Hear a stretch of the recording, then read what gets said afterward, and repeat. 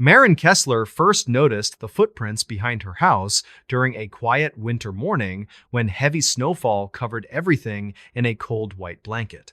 The ridge beyond her property looked perfectly untouched, except for one clean line of impressions moving steadily toward the distant trees. The trail unsettled her deeply because no one in her area walked outside during storms that intense without a clear reason. She studied the prints carefully and realized they appeared after snowfall ended shortly before sunrise, which meant someone approached her home at night. Before we begin, tell me, where are you listening from and what time is it there? Maren was 34 and worked nights as a dispatcher at a regional transport office, which made her schedule unusual and her mornings slow. She planned to fix a cabinet hinge, then collect supplies from town before resting again for her shift later. Those simple plans changed immediately because the trail looked purposeful and surprisingly close to her back door. The prints looked too narrow for heavy boots and too deep for someone moving quickly during freezing winds. She stepped beside the nearest track and felt her nerves tighten when she saw how evenly spaced the impressions appeared across the yard. Most locals took uneven steps during storms, which meant this person moved carefully with deliberate control. The trail ended sharply at the tree line without showing any return path, which frightened her because the snow past that point remained perfectly smooth. She backed away from the pattern and realized nothing about the scene made sense with normal winter behavior. Inside her home, she checked her small deck camera, which only covered part of the yard but recorded through the entire night. Hours of quiet snowfall passed until roughly 3 in the morning when the motion sensor activated for a short moment. A tall shadow crossed the far side of the frame before vanishing again without any trace. The movement looked too controlled to match wildlife because the height stayed constant and the pace looked steady. She saved the clip and replayed it until the unease grew too heavy to ignore. She called her friend Rowan Harker, who lived near the ridge and often helped during search operations when people went missing in harsh weather. Rowan arrived quickly and examined the prints with a serious expression that told her he found the situation unusual. He crouched near the first impression and traced its outline with a gloved hand before explaining that the inward toe angle suggested someone placing weight inconsistently. Rowan followed the line toward the trees and stopped at the exact point where the trail ended. He pushed lightly against the snow beyond the final print and confirmed it had not been disturbed at any point during the night. He studied both sides of the ridge for signs of branches sweeping away tracks, although none appeared. He told Maren that disappearing trails usually meant someone walked backward carefully, but admitted the spacing did not match that pattern. Inside the house again, Maren reviewed the footage while Rowan inspected the deck. She noticed a faint metallic scrape sound in the recording moments before the shadow moved across the frame. Rowan called her outside because he found a fresh scratch across the latch of an old metal storage chest that sat near the corner of the deck. The mark angled upward, as if someone tried lifting the latch with a thin metal object during the night.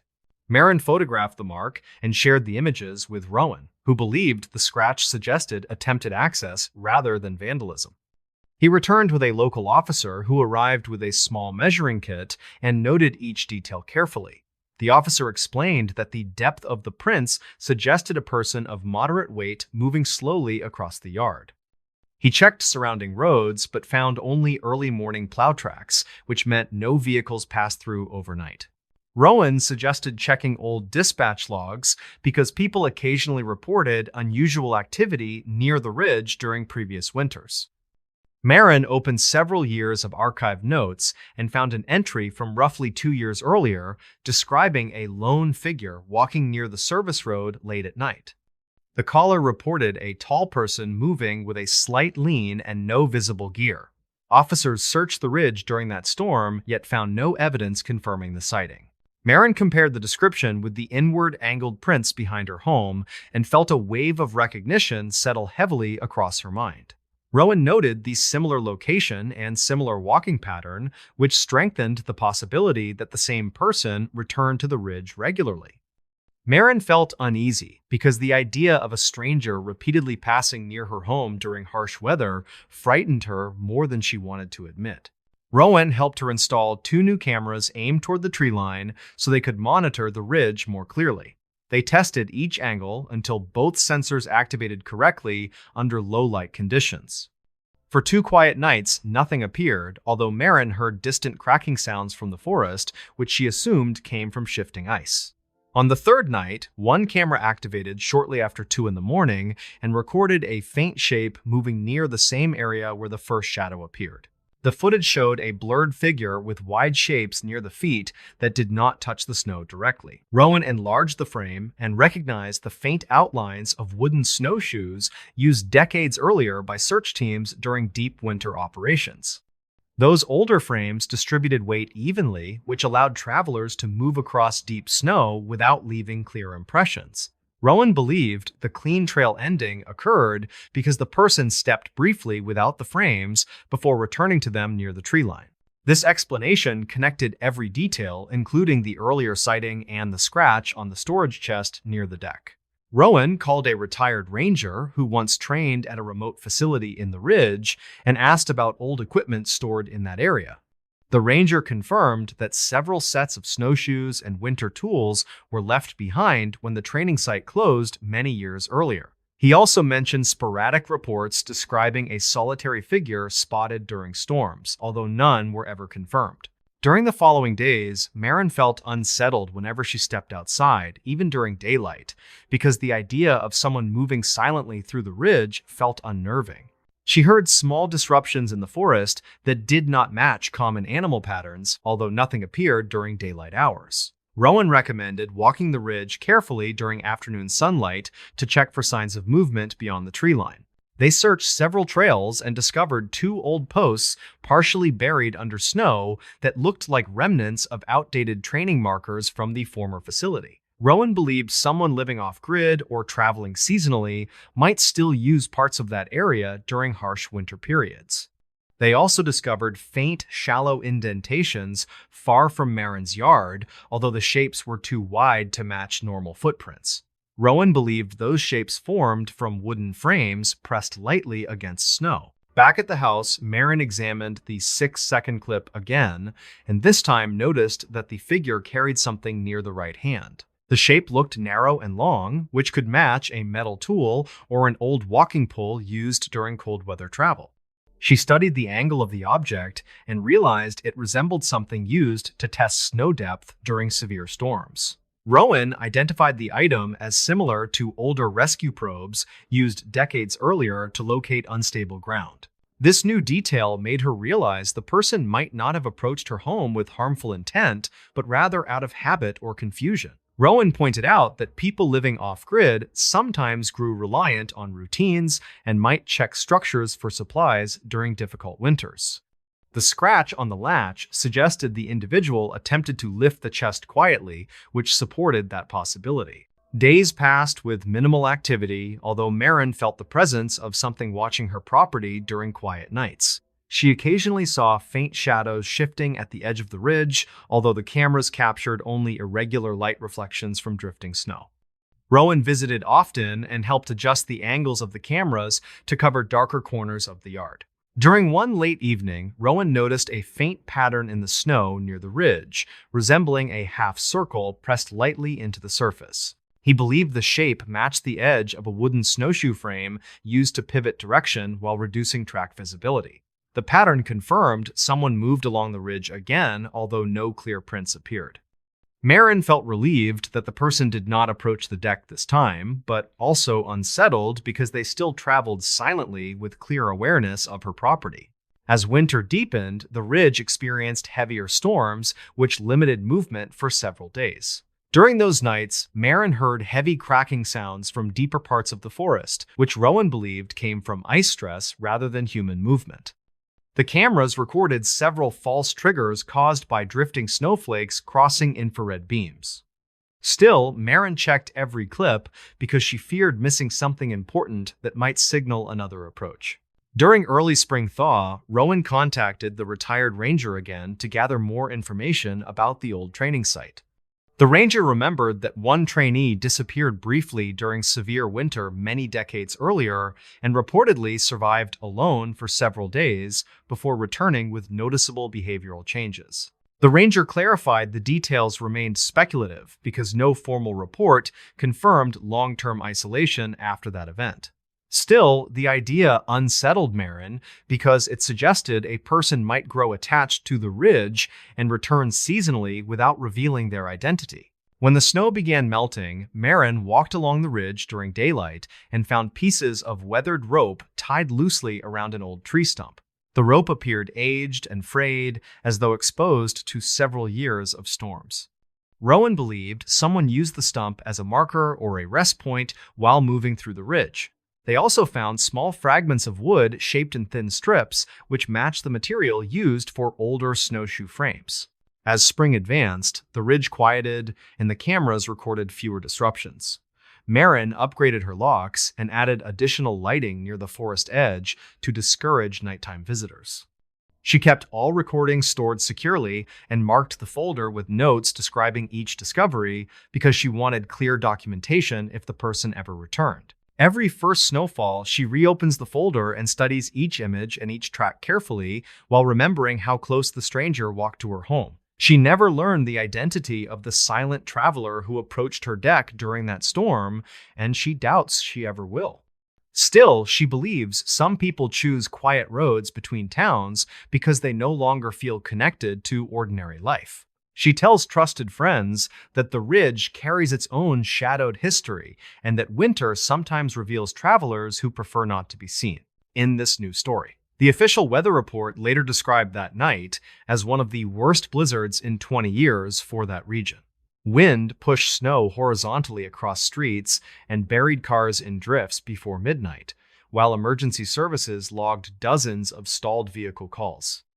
In an aging apartment block on the edge of town, one tenant watched the storm from his second-floor window. According to later statements, that was when he saw a figure standing right outside the glass. Landon Meeks was 36 and worked as an overnight radio technician for a local station that handled weather advisories. He often stayed home during severe storms because backup generators at the station handled most automated broadcasts. That night, he planned to follow the blizzard on his laptop, heat a quick meal, then try to sleep through the howling wind. His building was older but sturdy, with thick walls that usually kept out the noise. His second-floor unit faced the rear parking lot, which sloped down toward a narrow tree line and an old storage building. A metal fire escape ran along the back of the structure, though his own windows were not directly next to its steps. Landon knew the layout well because he had lived there for 3 years without any major issues.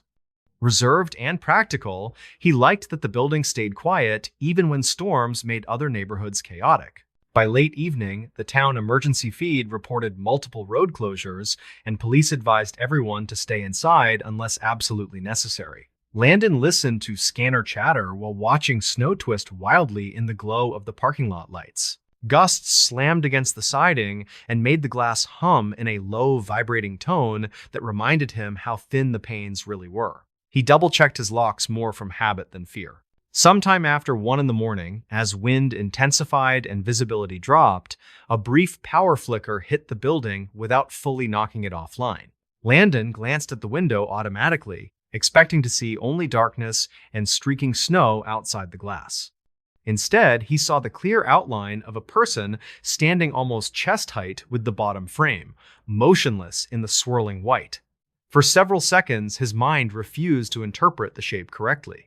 Whoever stood there appeared much too close, as if balanced on some unseen platform level with the sill. The figure wore a dark hooded coat crusted with snow and seemed to lean slightly forward, face nearly touching the window. Landon could not see clear features, only the pale suggestion of a face behind the glass reflection. He froze in place, unsure whether to approach or retreat deeper into the room.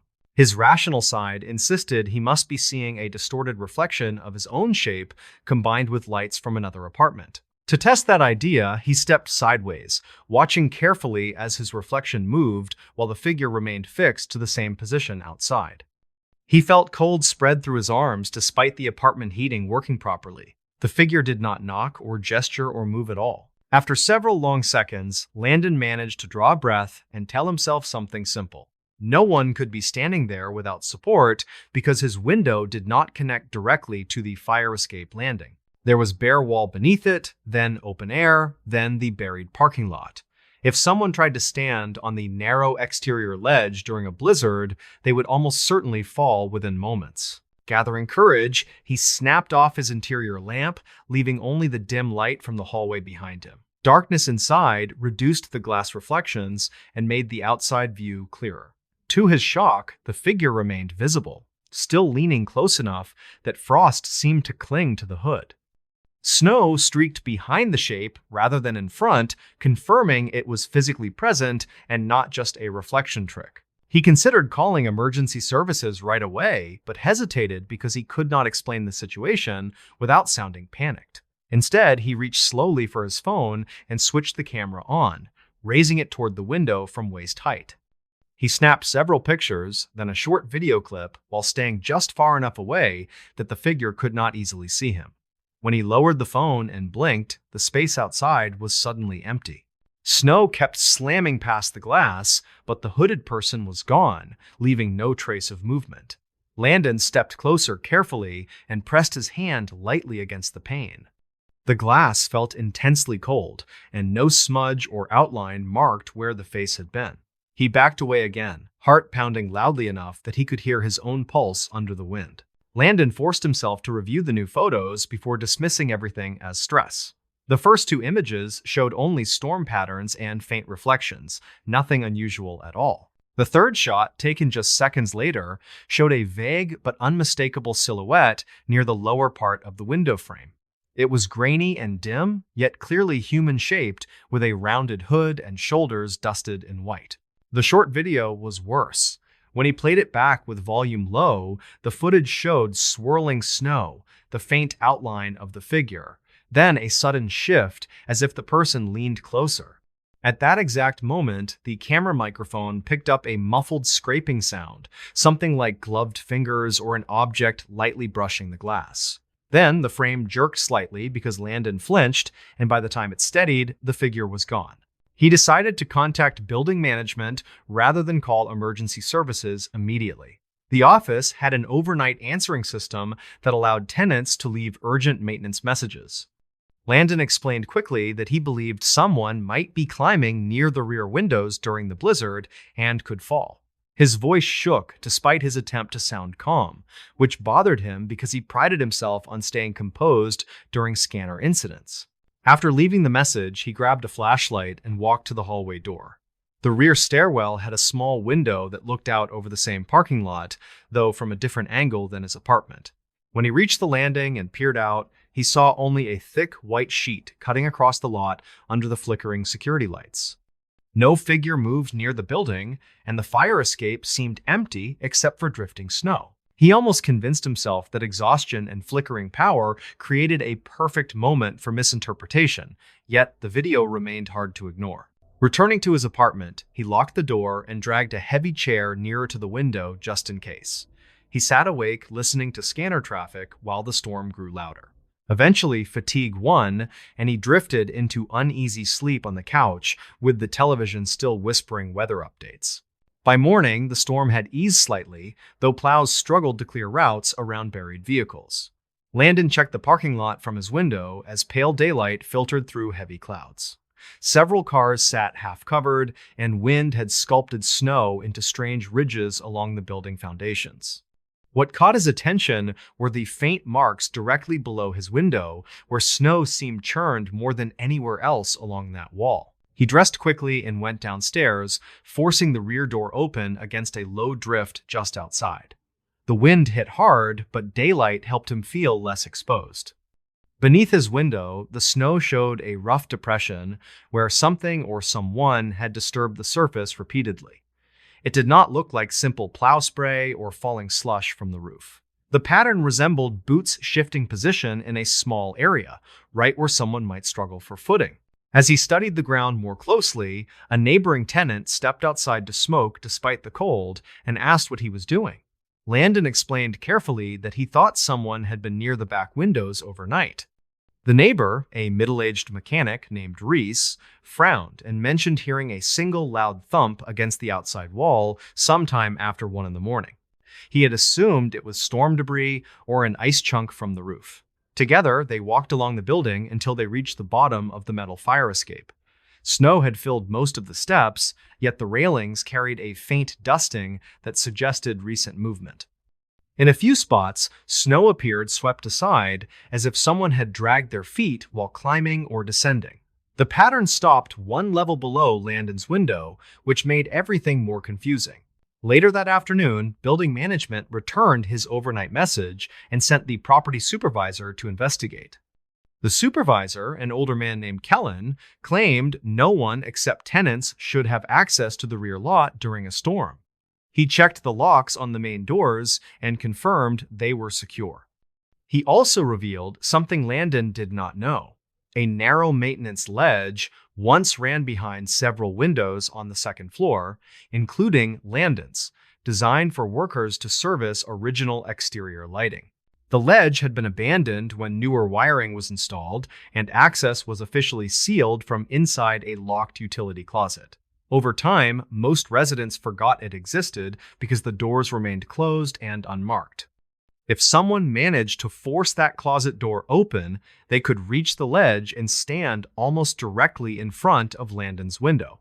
The idea disturbed everyone involved because almost no one should know the ledge existed at all.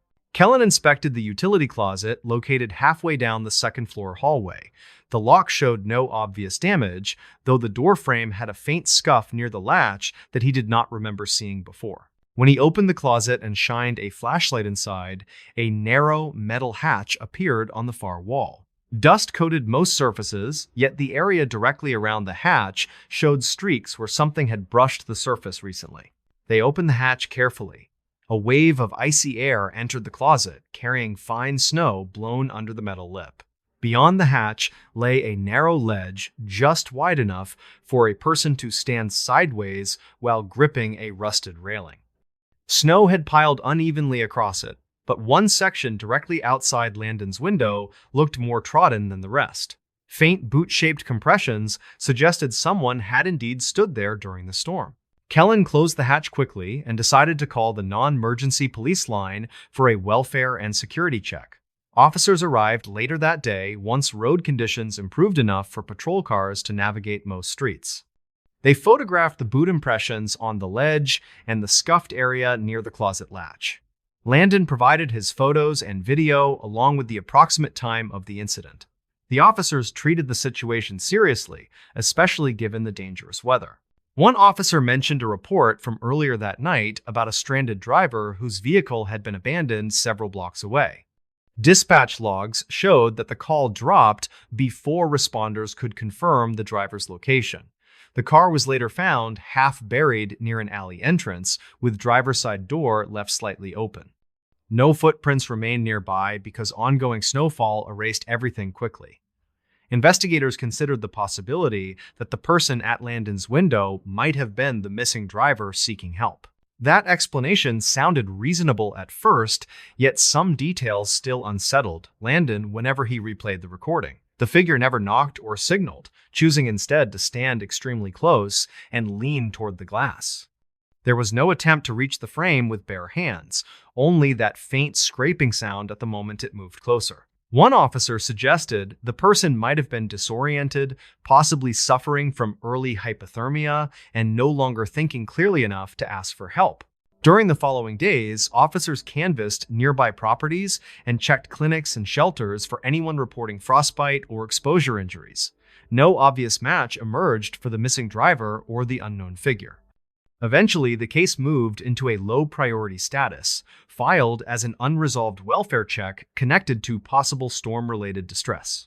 Still, the building supervisor kept the maintenance hatch bolted and reinforced, and he installed a heavier lock on the utility closet door. Landon tried to return to normal routines, though his sleep changed noticeably. He began checking the window repeatedly every night whenever wind grew stronger than usual. The ledge remained buried in snow for weeks, and no new prints appeared on the narrow surface. Yet he sometimes woke suddenly convinced that someone watched from the other side of the glass. Each time, he forced himself to look and found only storm clouds or quiet darkness. Months later, during early spring, the regional station produced a brief segment on the blizzard, gathering stories from different residents about strange power surges and rescue operations. Off-air, one of the producers mentioned a cluster of calls received that night from people who thought they saw figures near their windows. Many of those reports came from streets close to Landon's building. None resulted in confirmed break-ins or injuries. Hearing that detail made the experience feel both smaller and stranger. Either multiple frightened residents, misinterpreted storm shadows, or several distressed people wandered the area searching for help. Landon never learned whether the stranded driver survived or whether that person had truly reached his building and used the hidden ledge. His photos and video remain stored in a private folder labeled simply with the date. To this day, he leaves his blinds slightly open during major storms, a choice that would surprise anyone who knew how much the incident rattled him. He claims he wants to see outside clearly if something approaches rather than wait in darkness. When friends ask why he still lives in that building, he gives a practical answer about rent and convenience. Then he adds something else quietly. He says that whatever stood at his window once used the safest possible route. A narrow ledge once meant for maintenance workers. It could have come to any second-floor unit along that wall, yet stopped in front of his. He tells people that storms sometimes push desperate strangers toward the nearest light, and that not every uninvited presence begins with harmful intent. Still, whenever the glass hums during high wind, he cannot help remembering the shape of that hood in the snow. In this new story, Calder Wynn had lived near the Old Valley Lake for 5 quiet years before the winter that changed everything for his small community. The lake sat deep between forested hills and froze solid almost every year, although the previous storms created thicker ice than anyone remembered. Local residents treated the lake as a peaceful landmark without imagining anything unusual hidden beneath its surface. Calder never questioned that belief until the day he joined a volunteer group clearing snow for mid-season safety checks. He was 37 and worked part-time as a maintenance contractor for seasonal cabins that surrounded the forest road. Calder enjoyed simple routines and valued quiet work that allowed him to stay outdoors. During heavy winter storms, he often assisted the town safety committee when they needed additional hands for inspections across the valley. That day, he planned to finish clearing snow from a cabin roof, then meet 2 volunteers at the lakeshore to help map stable ice sections. When he arrived at the designated spot, the snow had built into tall ridges that softened movement near the shoreline. 2 volunteers named Leif and Corwin already waited near the dock with long poles designed to test ice density and mark weak areas. The wind felt sharp enough to sting exposed skin and made conversation difficult without raising voices. Calder grabbed an extra pole and followed them across the cleared path toward the center of the lake. The volunteers moved steadily while checking the surface and updating a small chart with simplified risk codes. Calder tested several points and felt the pole rebound sharply from thick ice that showed no sign of cracking. He took comfort in the idea that the lake remained stable despite turbulent storms during earlier weeks. After nearly an hour of slow progress, they reached a large, unmarked section where ice dipped slightly, creating a faint hollow. Calder crouched lower and brushed loose snow aside with gloved hands, revealing patches of translucent ice. Something darker seemed to rest several feet beneath the frozen surface, though he could not identify its shape from that angle. He signaled for the volunteers and asked if any equipment had been dropped during previous seasons. Corwin shook his head and explained that nothing heavy should lie under that part of the lake. Curious and cautious, they cleared more snow until a wide circular area became visible, showing an unusual distortion beneath the ice. The dark mass appeared irregular rather than solid and seemed to contain varied shapes within a shared outline. Calder pressed both hands lightly on the surface and felt an unexpected vibration move faintly through the ice, as if something below responded to shifting weight. The sensation unsettled him instantly because frozen lakes rarely carried any noticeable movement without strong external pressure. Leif suggested drilling a small test hole for clarity since the ice thickness appeared sufficient to support them without direct risk. Calder agreed reluctantly because the area felt strange and he wanted a clear explanation before dismissing the discovery. Corwin retrieved a hand auger from their supply sled and began drilling in slow circles until water rose through the narrow opening. The dark shapes below became clearer, but not enough to identify fully. Calder leaned closer and squinted through the open water patch. He saw multiple slender lines arranged in patterns that resembled densely tangled branches.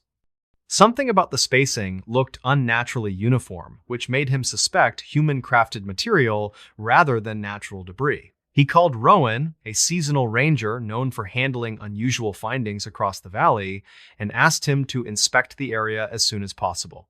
Rowan reached the lake an hour later after navigating icy roads that still carried leftover drifts from recent storms. He studied the cleared patch for several silent moments before asking where the first glimpse occurred.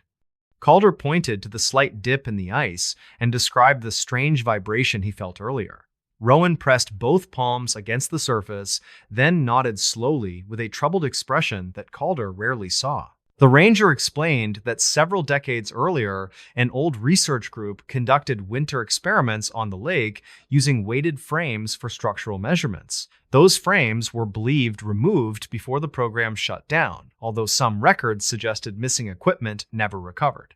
Rowan suspected the shapes might be remnants of that project, but he acknowledged the pattern still looked wrong for industrial frames. He suggested expanding the cleared area for better visibility, but warned them to move carefully. They widened the circle until an irregular structure became visible beneath the ice. It looked larger than expected, with sections resembling lattice timbers arranged too closely to remain natural. Calder felt a sharp unease rise as he realized the shapes extended far beyond the initial patch, suggesting a significant object rested beneath the frozen surface. The volunteers stepped backward slightly as tension grew around them. Rowan decided to contact the town office for permission to lower a small camera through the drilled hole. The device arrived later that afternoon, along with 2 additional safety team members. They attached the camera to a weighted line and lowered it slowly into the frigid water. The screen displayed shifting snow particles and dark water before settling near the object. What appeared next caused everyone to fall silent. The camera revealed multiple collapsed beams arranged around a larger central structure. The formation looked like a partially sunken elevated platform rather than scattered debris. Soft sediment covered parts of it while other sections remained exposed. Calder felt his throat tighten as the camera panned toward a corner where something unexpected appeared. A set of parallel rods extended outward through the beams in a pattern resembling ladder rungs. Rowan studied the image and stated that no research equipment from earlier decades used ladder-style components underwater. The design looked more consistent with collapse of a small surface structure that had fallen through early thin ice before freezing solid. That possibility worried him because no reports mentioned missing platforms in lake records. He requested that the camera continue moving and capture additional angles. When the device shifted deeper, it revealed something shaped like a hatch frame made from thick metal partially buried in sediment. The discovery shocked everyone because hatch frames typically belonged to enclosed environments rather than open lake structures. Corwin suggested possibly an old research chamber, although Rowan disagreed because the proportions differed from known models. They watched silently as the camera moved closer to the frame. Within the frame appeared a dark interior cavity that extended several feet downward. Sediment covered part of the entrance, yet the cavity looked hollow rather than filled with debris. A round object rested near the inner edge, shaped like a heavy sealed container, approximately the size of a medium storage drum. None of the volunteers recognized the design because it lacked markings except for faint horizontal ridges. Calder asked whether storms could have washed the object into the lake, although Rowan dismissed the idea quickly. The weight and shape did not match items usually carried by seasonal flooding. Rowan believed the frame and container entered the lake simultaneously, possibly due to collapse of a structure that had not been documented. The theory raised more questions than answers, especially regarding historical records. They retrieved the camera and secured the hole before returning to the lakeshore. Rowan promised to contact regional authorities who specialized in retrieval of submerged structures. Calder remained uneasy because the discovery felt significant and potentially dangerous considering the unknown origin. Night approached quickly and they packed their gear while discussing possible explanations in low concern tones. The following week, a specialized dive team reached the lake, though conditions remained harsh enough to require careful planning. They drilled a wider access hole and lowered equipment designed to retrieve small structures. After several attempts, the team reported the container appeared wedged within the frame and could not be removed without risking further destabilization. They decided to extract the frame first to free the container.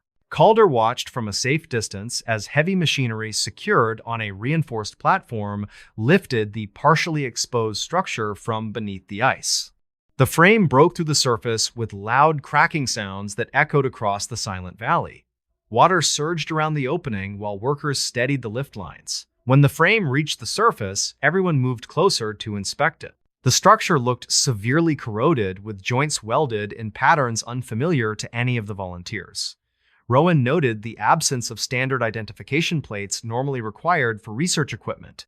The ladder-like extension appeared fragile and twisted as if damaged before sinking. They cleared sections of ice around the container and slowly raised it using harnesses. The sealed drum-shaped object emerged coated in thick sediment and showed multiple dents around its upper rim. Workers lifted it onto a stable platform and began clearing surface debris. Calder felt his stomach tighten as he noticed faint etching marks near the container midpoint arranged in a circular pattern. The design did not resemble any manufacturer emblem and looked almost hand-carved. Authorities transported the container to a secure facility for analysis while leaving the frame cordoned near the lake for further inspection. Calder learned through Rowan that preliminary assessments indicated the object might have been stored within the frame intentionally rather than accidentally trapped. That information troubled him because it suggested someone placed the container under the lake deliberately. Within days, investigators discovered residues inside the frame indicating chemical preservation methods. Such methods had not been used locally in many years, according to regional records. The investigation expanded, although official updates remained limited due to ongoing analysis. Calder heard occasional details through Rowan, but most information stayed restricted. Weeks passed, and the lake gradually thawed, revealing nothing else unusual beneath remaining sections. Calder avoided walking near the area because he still pictured the dark container rising slowly through breaking ice. Rowan informed him that authorities confirmed the container had been sealed intentionally, though contents had not been disclosed yet. That decision frustrated locals who demanded answers. Calder never learned exactly what investigators found inside the drum, although rumors circulated through the community. Some residents claimed it held outdated research materials, while others believed it contained preserved biological samples related to early experimental programs. Rowan hinted privately that the container might have been hidden under the lake deliberately to prevent discovery. Years later, Calder still avoids discussing the event in detail. He continues working maintenance jobs and frequently watches the lake from a distance during winter. The ridge looks peaceful each season, though he never forgets the moment the dark structure revealed itself beneath the ice. He believes the lake carries secrets placed there long before his time, and that not every hidden object should be recovered in this new story. The official incident report later described that winter storm as one of the worst to hit that county in nearly 30 years. Roads vanished beneath drifting snow, power lines sagged, and emergency calls overwhelmed local responders before the first night even fully settled. On the edge of that mess, a small rental cabin sat at the end of an unplowed lane. Inside that cabin, 4 people waited out the storm and slowly realized something else had joined them. The group had come up from a nearby town for what was supposed to be a quiet off-season getaway. There was Rowan Dake, 32, an automotive electrician, his partner, Lena Harrow, 30, a medical receptionist, and their friends, Jace Farrow and Nia Corbett. They chose the cabin for its isolation and cheap winter rates, not fully believing the forecast warnings about a major system pushing in from the north. The owner had left a short list of rules, plus an emergency number nobody expected to use. The cabin itself was older but solid, a single-story rectangle with 2 bedrooms and a small living area. Heavy pine trees crowded the property, blocking most of the wind until it really picked up. A narrow gravel driveway curved down to the main road, but it was already coated with a thin layer of snow when they arrived. Inside, everything smelled faintly of cold wood and dust, exactly what they expected from a seasonal rental. They spent the first afternoon stocking the pantry and stacking firewood near the stove, treating the approaching storm like a mild inconvenience. Jace set up a small speaker, Lena checked her work emails one last time, and Nia walked through the cabin filming a short video for her private social feed. The mood felt relaxed and slightly excited, with everyone commenting on how cozy the place would feel once the snow started falling. None of them realized that by the next night, those same walls would feel more like a barrier than protection. The storm intensified faster than predicted, moving from steady flakes to whiteout conditions in less than 3 hours. Wind slapped the side of the cabin so hard that the old window frames rattled in a deep, vibrating rhythm. They lost cell reception just after 8 in the evening, although the power stayed on. Rowan checked the radio and confirmed that multiple roads were already closed, including the route they used to reach the cabin. By 10, the lane outside had completely disappeared under blowing snow. The only visible reference was the faint shape of the woodpile near the side door. They built a fire and tried to treat the forced isolation like part of the adventure. Lena read aloud from an old paperback while Nia and Jace played a slow game of cards at the small table. Rowan checked the windows periodically, more from habit than actual concern, and saw nothing but swirling white. Sometime after midnight, the power flickered twice, then came back weaker than before. The overhead lights dimmed slightly, creating a washed-out yellow tone across the living room. Rowan suggested turning off unnecessary lights to reduce strain on the system. They left the main lamp and the small kitchen fixture on, letting the fire do most of the work. Outside, the wind sounded stronger and somehow closer, like it had moved down from the treetops to press directly against the siding. The first strange sound arrived around 1 in the morning, a sharp 3-beat knocking that came from somewhere near the back of the cabin. Everyone heard it and went silent at once. For a few seconds, they waited for a second series, yet nothing followed. Rowan shrugged it off as either shifting branches or ice falling from the roof, a normal explanation he believed when he said it. Still, he stood up and walked to the rear window. From the back window, he could barely see the tree line through the blowing snow. The small shed near the edge of the property appeared and disappeared as gusts crossed the glass. No movement showed, no headlights, no clear shape of anything human. Rowan stayed there for another minute, listening closely. When nothing else happened, he returned to the living room and tried to act casual. 15 minutes later, another sound came, this time a scraping pressure along the side wall just behind the couch where Nia sat. It traveled slowly from one corner to the other, like something dragging lightly along the exterior boards. Nia stood quickly and shifted closer to the fire, stating firmly that the noise was not just wind. Her eyes stayed on the wall even after the sound faded. Rowan grabbed the heavy flashlight from near the door and told them he would quickly check the porch.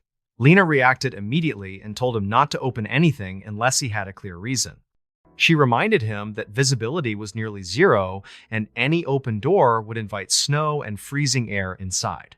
After a brief argument, he compromised and chose to look through each window first. He went room to room, occasionally cupping his hands to block reflections, but saw nothing except racing flakes and darkness. They tried to settle again, although the mood had shifted. The storm was no longer background noise, but an active presence outside the thin walls.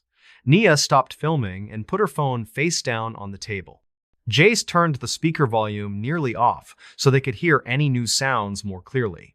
The cabin now felt less like a retreat and more like a small boat riding out heavy seas.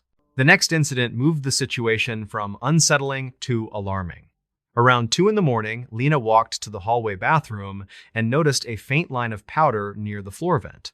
At first, she assumed it was dust shaken loose from the vibrations.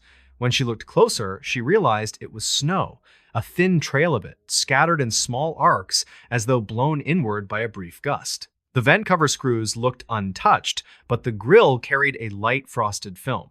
She called for Rowan in a steady voice that still sounded tighter than usual. He came quickly, examined the vent, then opened the hallway closet where the main heating duct access panel was located. The panel was slightly misaligned, revealing a narrow gap between the edge and the wall. Cold air seeped through that gap in a steady, invisible stream. On the floor beneath it, small crystals of snow had gathered. Rowan repositioned the panel and tightened the fasteners, wondering how long it had been loose. He asked the others if anyone had gone into that closet since arriving. Everyone said no. The owner had left extra blankets there and a few cleaning supplies, nothing heavy enough to shift a secured panel. They all knew storms could push snow through the smallest openings, but the appearance of fresh powder inside the cabin still felt like a line being crossed. They decided to check the rest of the vents and found that 2 more had faint traces of snow near them. One in the second bedroom showed enough accumulation that the carpet felt damp to the touch. The ceiling above that vent also carried a thin, discolored patch that looked newer than the rest of the aging paint. Jace shivered as he ran his hand along the cold metal grill and pulled away flakes that had not been there earlier in the evening. From that point, they stayed together in the living room, each person choosing a place where they could see both the hallway and the main door. No one said it directly, but they all shared the same thought. Something, whether natural or not, had found paths into the cabin. The weather outside made the idea of an intruder feel impossible, yet the evidence of snow inside seemed equally hard to ignore. To distract themselves, Rowan suggested documenting everything, partly for the owner and partly for their own peace of mind. They took photos of each vent, each small drift pattern, and the misaligned access panel. Nia recorded a short video walking from the living room to the closet, narrating what they had found in a calm voice. She later said that narrating made her feel in control, like they were logging a strange but manageable maintenance issue rather than something inexplicable. While reviewing the footage on Nia's phone, Lena noticed a detail that none of them had registered in the moment. In the video shot near the second bedroom vent, a faint shadow moved across the top of the frame between the ceiling and the opposite wall. It was not shaped like any of them and did not match a simple lighting shift. The shadow drifted from left to right in a slow sliding motion, then vanished. They replayed that section several times, trying different brightness settings.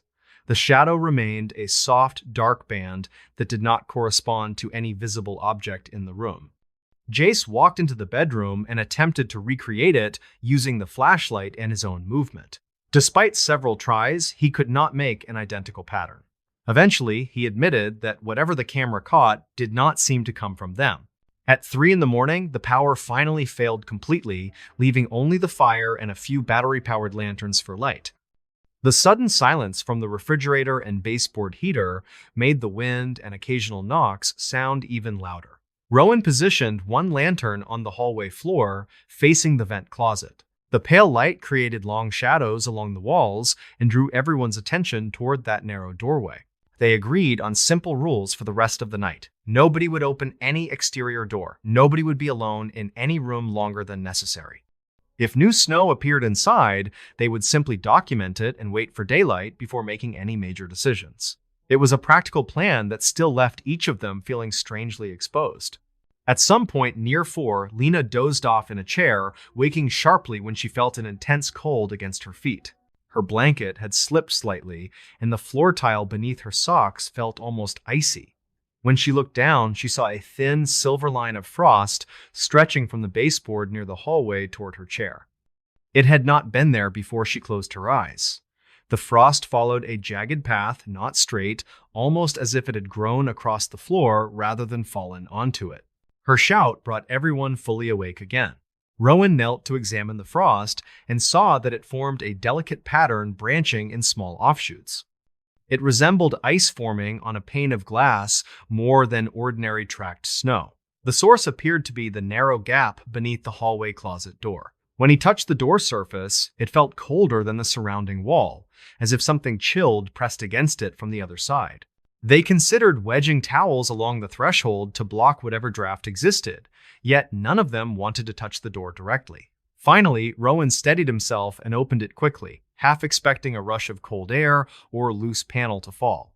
Instead, the closet interior looked exactly as before, shelves stacked with folded blankets and a small plastic bin of cleaning supplies. The access panel remained tightly fastened. The frost on the floor, however, stayed unchanged even after several minutes.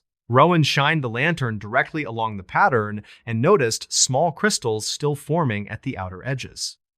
That meant whatever process created it was ongoing, not residual. He brushed a section with his gloved fingers and saw it smear across the tile like thin, crushed glass. Underneath, the surface felt normal, not damaged or cracked. At that moment, something heavy struck the outer wall near the front of the cabin, hard enough to rattle a picture frame and shake dust from the ceiling. Everyone flinched. The sound came again, slightly farther along, like a slow-moving impact traveling from one corner to the other. It reminded Lena of a person dragging a large object or even running a shoulder along the boards while circling the structure.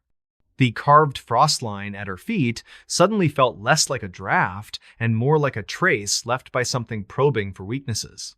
Rowan forced himself to the front window and tilted the lantern in such a way that his reflection minimized on the glass. Visibility outside remained terrible. Only shadows of moving trees and brief flashes of snow could be seen. Still, in one of those flashes, he thought he saw a darker vertical shape near the far edge of the porch, something that did not match the fixed lines of railing or piles of wood. When the next gust came, that shape was gone. As the hours dragged toward dawn, they heard more knocking and scraping, always from different exterior points. Each noise was spaced out enough to prevent them from dismissing everything as simple wind patterns. At least once, they all heard what sounded distinctly like footsteps crossing the porch, slow and deliberate. Nothing ever tried the handle or scratched at the wood, yet the sense of something exploring the perimeter grew stronger. When faint daylight finally pushed through the cloud cover, the storm eased enough that snow fell more gently. They waited another hour before opening the door, partly to be sure the worst had passed. Stepping outside, they expected to see a chaotic mess of drifted snow and vaguely defined mounds. What they actually saw froze them in place. Around the cabin foundation, circling the entire structure, the snow was oddly smooth and slightly sunken, as though something heavy had packed it down from above. Along the porch steps and near several windowsills, the snow showed long, shallow impressions that did not match normal boot prints. They looked more like the marks left when a wide, flat object presses down repeatedly, sliding forward, then lifting. Jace tested one of the impressions with his boot and found the underlying snow much denser than surrounding areas.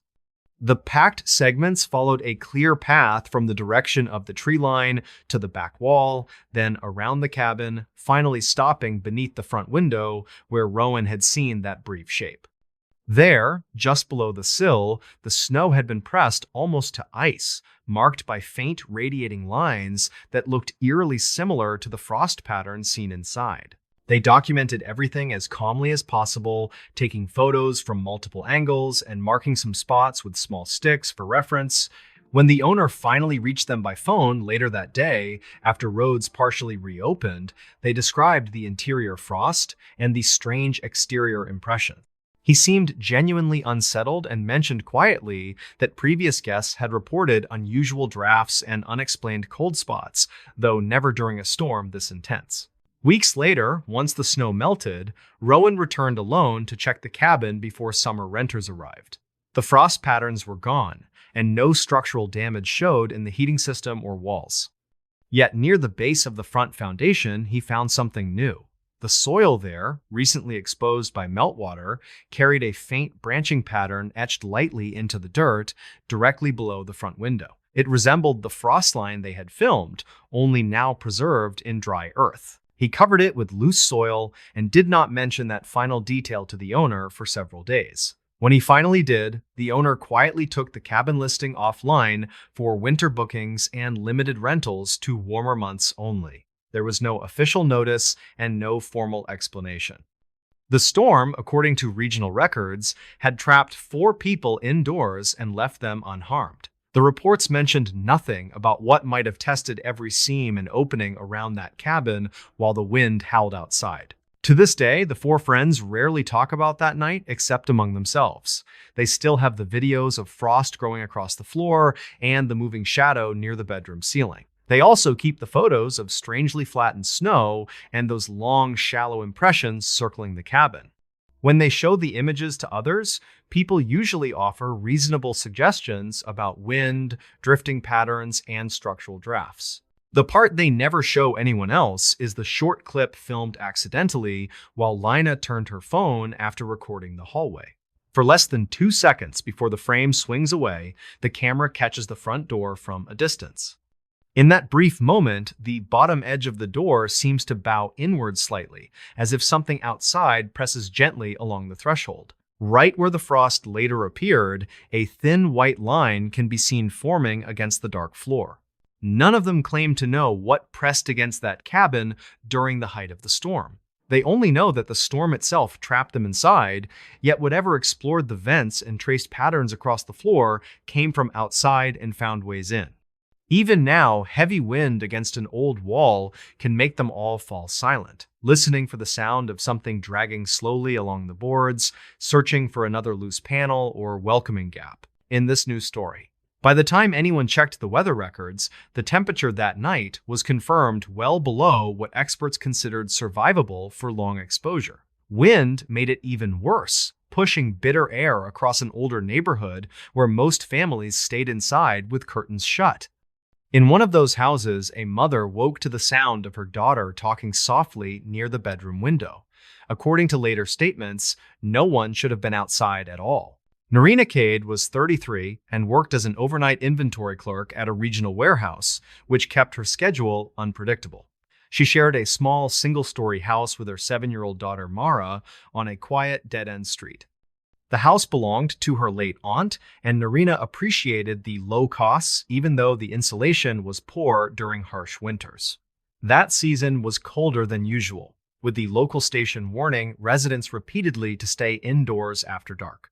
On the night everything happened, Narina took a rare evening off because the warehouse closed early for system maintenance. She cooked a simple dinner, helped Mara with basic reading practice, then let her watch a cartoon while snow built outside. Weather alerts crawled along the bottom of the television screen as temperatures dropped closer to dangerous levels. Narina double-checked the doors and windows before they both went to bed. Mara slept in the front bedroom that faced the street, while Narina used a smaller room at the back. Because of odd noises in the neighborhood the previous year, Narina had installed a simple baby monitor to hear if Mara woke, frightened. The receiving unit sat on the nightstand next to her alarm clock, humming quietly with a low background hiss. She usually slept lightly anyway and never expected anything serious.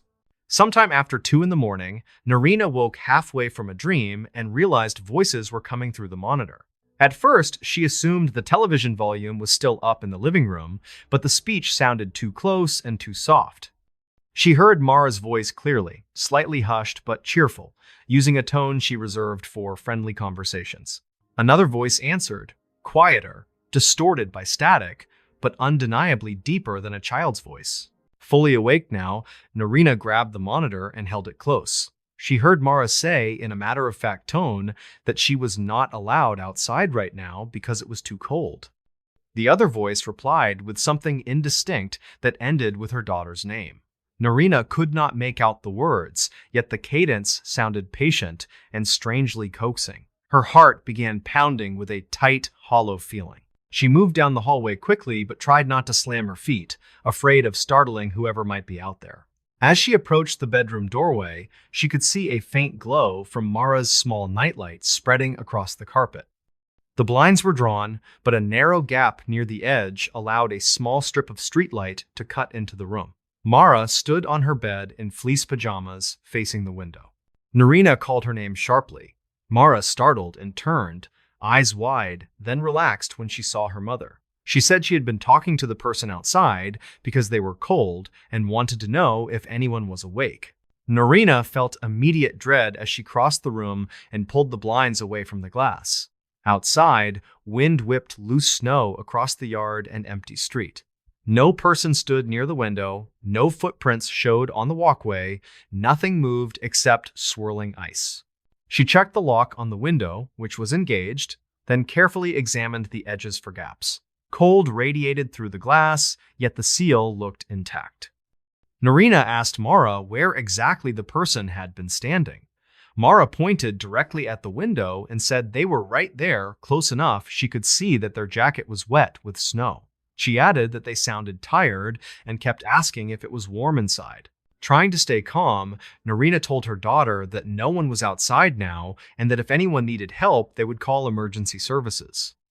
Mara insisted she had not imagined it and said the person had been talking with her for several minutes before Narina walked in. When her mother pressed gently for more details, Mara added one more disturbing piece. The person had asked her to open the window, just a little, so they could speak more easily. Narina felt a sharp, icy fear pulse through her chest. She told Mara firmly that she must never touch the window latch at night without telling an adult, no matter what someone outside said. She led her daughter to the back bedroom and made up a temporary bed on the floor, pretending it was a simple sleepover arrangement. After Mara drifted off, Narina returned to the front room with the baby monitor in hand. She stood at the window for several minutes, listening to the empty hiss of the monitor. Outside, the streetlights cast a dull orange wash over undisturbed snow. No fresh marks broke the surface, except faint tire tracks from earlier that evening. The thermometer display across the street, mounted over a small hardware shop, flickered between readings that both represented severe danger for anyone unprotected. Narina knew from previous news reports that exposed skin could freeze quickly in those conditions. Still uneasy, she went to the living room and checked the front door, the side door, and the small latch leading to the crawlspace access. Every lock held firm, no signs of forced entry appeared anywhere. She considered calling emergency services, but hesitated, unsure how to explain that her child had spoken through a closed window to a person who left no prints. Finally, she called the non-emergency line and reported a possible prowler, emphasizing the temperature and the fact that a child had been approached. An officer arrived about 30 minutes later, his vehicle crawling carefully along the icy street. Narina watched him through the peephole before opening the door as far as the safety chain allowed. She explained what had happened in careful detail while he listened with a neutral but attentive expression. The officer then walked the property boundary with a flashlight, checking the snow for impressions, while Narina waited anxiously inside. When he returned, he reported that he saw no footprints in the yard or near the bedroom window. There were older tracks near the sidewalk from earlier in the evening, already crusted and partially filled by drifted snow. However, nothing fresh appeared near the house, and certainly nothing resembling someone standing directly against the wall. He suggested that sound can travel strangely through vents during extreme cold and that children sometimes misinterpret those sounds. Narina did not entirely disagree, yet something about Mara's description nagged at her.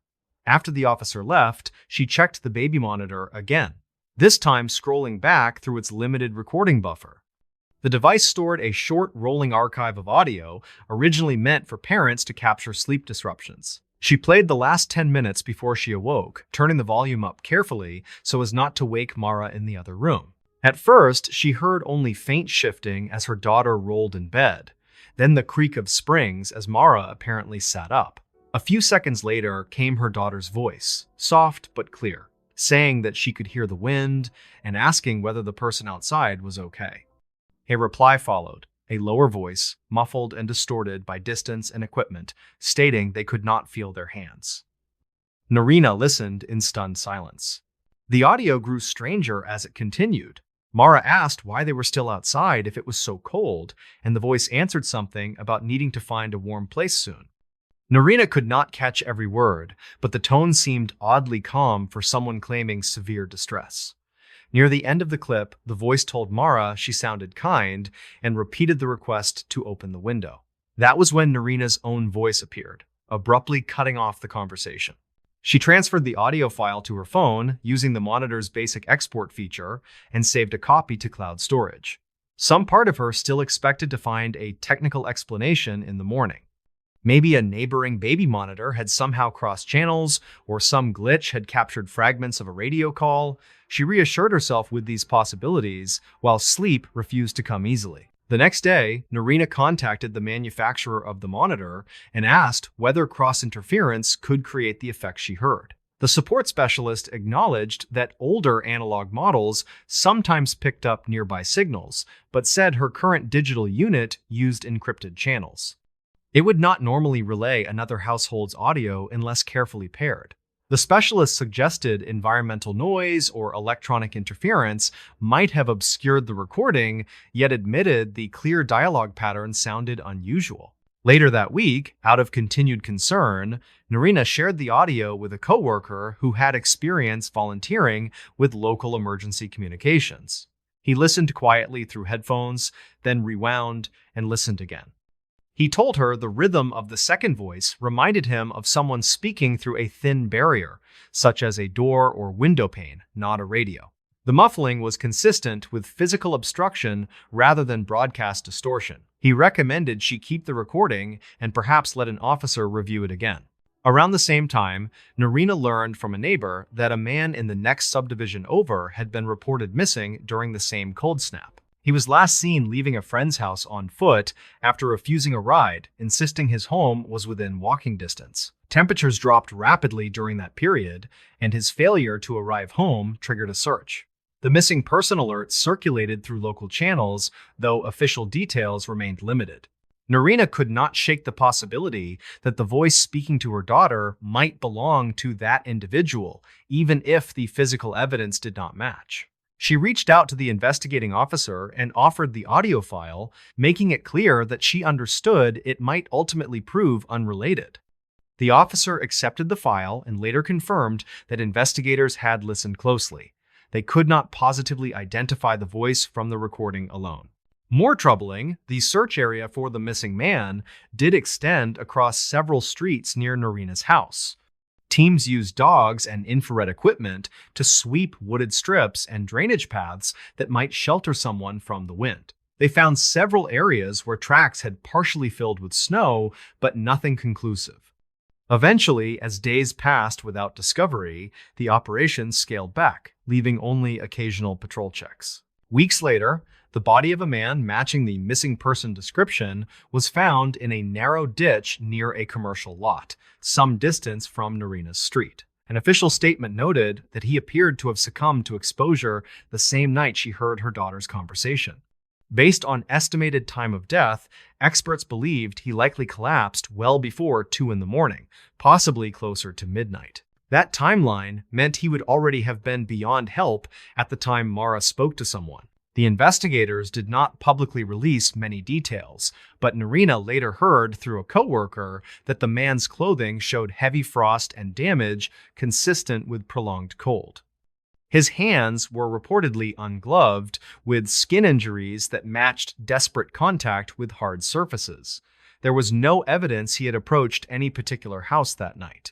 No matching footprints were reported outside occupied homes, including hers. This information left Narina with a distressing gap between official facts and her own documented experience. Her daughter, calm and clear, described a person standing directly outside the window, asking to come inside. The monitor recording captured a voice that matched the urgency of someone in serious distress, yet search data suggested the known missing person was already far away and unresponsive at that time. The voices should not align with any living visitor. Narina eventually consulted a technician who specialized in security systems and showed him the audio file. He examined the waveform and pointed out irregularities in the background noise, saying it almost resembled 2 different sound environments layered together. One layer carried indoor hum and familiar room sounds. The other carried a faint hiss that did not match typical radio static. He said it reminded him of low wind noise recorded from just outside a window. Despite that analysis, there remained no proof that anyone physically stood outside her house that night.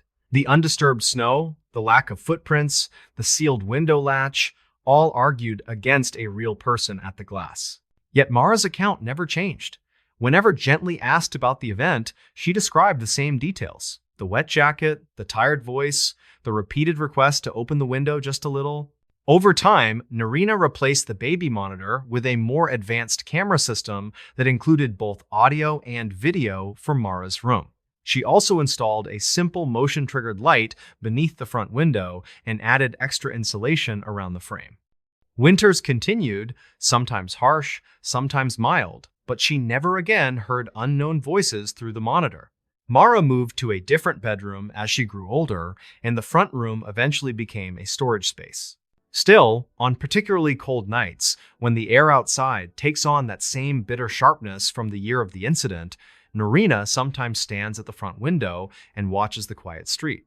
She feels the glass vibrate faintly with each gust of wind and remembers her daughter's small voice saying she was not allowed to open it. In a private folder on her phone, she still keeps the audio file, fully aware that anyone listening might offer rational explanations. What remains hardest to explain, even years later, is a final detail that seems minor yet continues to bother her. The morning after the incident, she noticed a small patch of condensation on the inside of the window, shaped roughly like a partial handprint at a child's eye level. She wiped it away, assuming it came from Mara's breath against the cold glass. Only later, after hearing the official time of death estimate, did she realize that imprint sat slightly higher than her daughter could comfortably reach while standing on the bed. In this new story, the Mountain Service reports for that season confirmed a severe cold pattern settling across the high valley earlier than projected. Several rental cabins closed early due to repeated power failures, while local advisories warned visitors to prepare for unreliable infrastructure. Among those cabins stood a small one-room structure built decades earlier by a retired ranger who valued simplicity and isolation. In late winter, a man named Lewin came to stay there, and according to documented statements, he encountered something that made no technical sense. Lewin Gray was 38 and worked as a rural infrastructure inspector who handled seasonal maintenance for backcountry lodges. He had been assigned a short contract involving several cabin checks throughout the northern ridge. Because the work required early morning travel, he spent nights in whichever cabin sat closest to his next route. The Ranger Hollow cabin, though older than most, remained surprisingly warm and stable during recent storms. On the evening his incident began, Lewin arrived just after sunset with temperatures already falling well below regional averages. Snow drifted lightly at first, then thickened in waves while wind pushed through the narrow trees flanking the cabin. The interior felt cold but clean.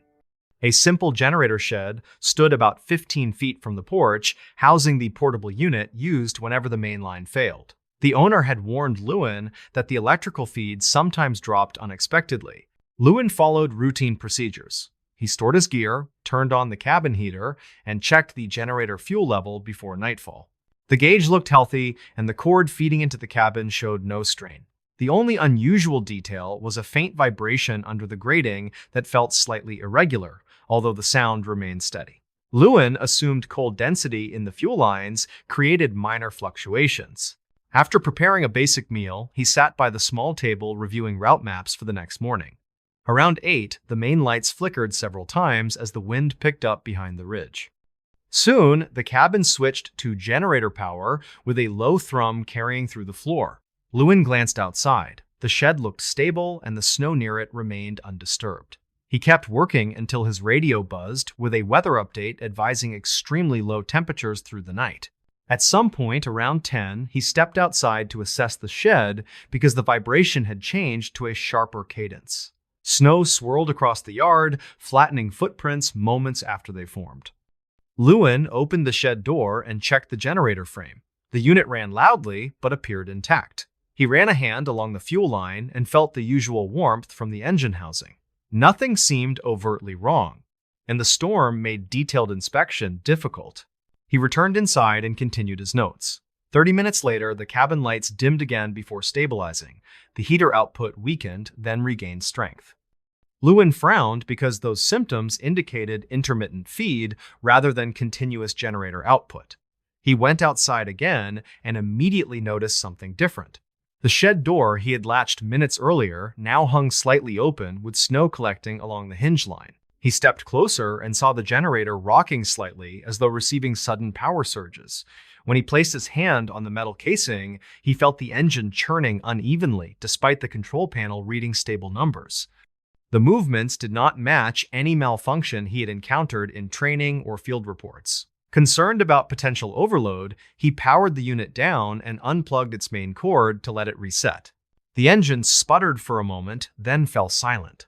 Lewin unplugged the connector completely and ensured the ignition switch shifted to off.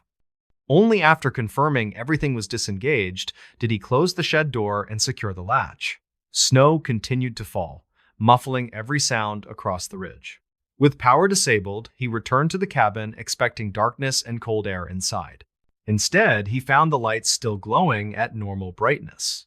The heater fan continued cycling. The table lamp he had turned on earlier remained steady.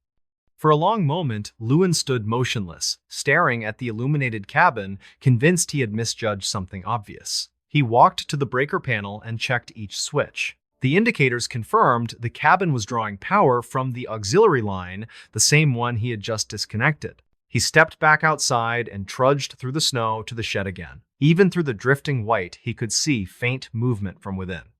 When he opened the door, the generator engine was running at full intensity despite the unplugged cable lying beside it. The ignition switch remained in the off position, yet the machine surged as if receiving an external force. Lewin touched the casing again and felt heat building faster than expected. Alarmed by the possibility of a fire hazard, he removed the fuel cap cautiously and released internal pressure. The engine should have stalled immediately once deprived of proper fuel flow. Instead, the vibration intensified briefly, then settled back into a steady drone. Lewin replaced the cap and stepped away, unnerved by the unnatural consistency of the rhythm. Snow gusts swept through the doorway, but the unit did not waver. Back inside, he radioed the regional office, hoping to reach a technician. The line struggled through static until a dispatcher answered. He described the situation with careful detail and stressed the safety risk. The dispatcher requested environmental information, then promised to forward the report to the nearest technician, though she warned that road conditions might delay response. Lewin logged the incident in his notebook, trying to remain calm. The cabin lights flickered several times within the next hour. Each flicker brought a faint shift in the vibration beneath the floor. Lewin realized that the current running into the cabin matched the generator rhythm coming from the shed. That rhythm carried an odd pattern, slightly too regular, yet containing subtle fluctuations that made it difficult to ignore. It reminded him of mechanical breathing. He decided to check the shed once more despite worsening conditions. Wind pushed heavily against his coat as he crossed the short distance.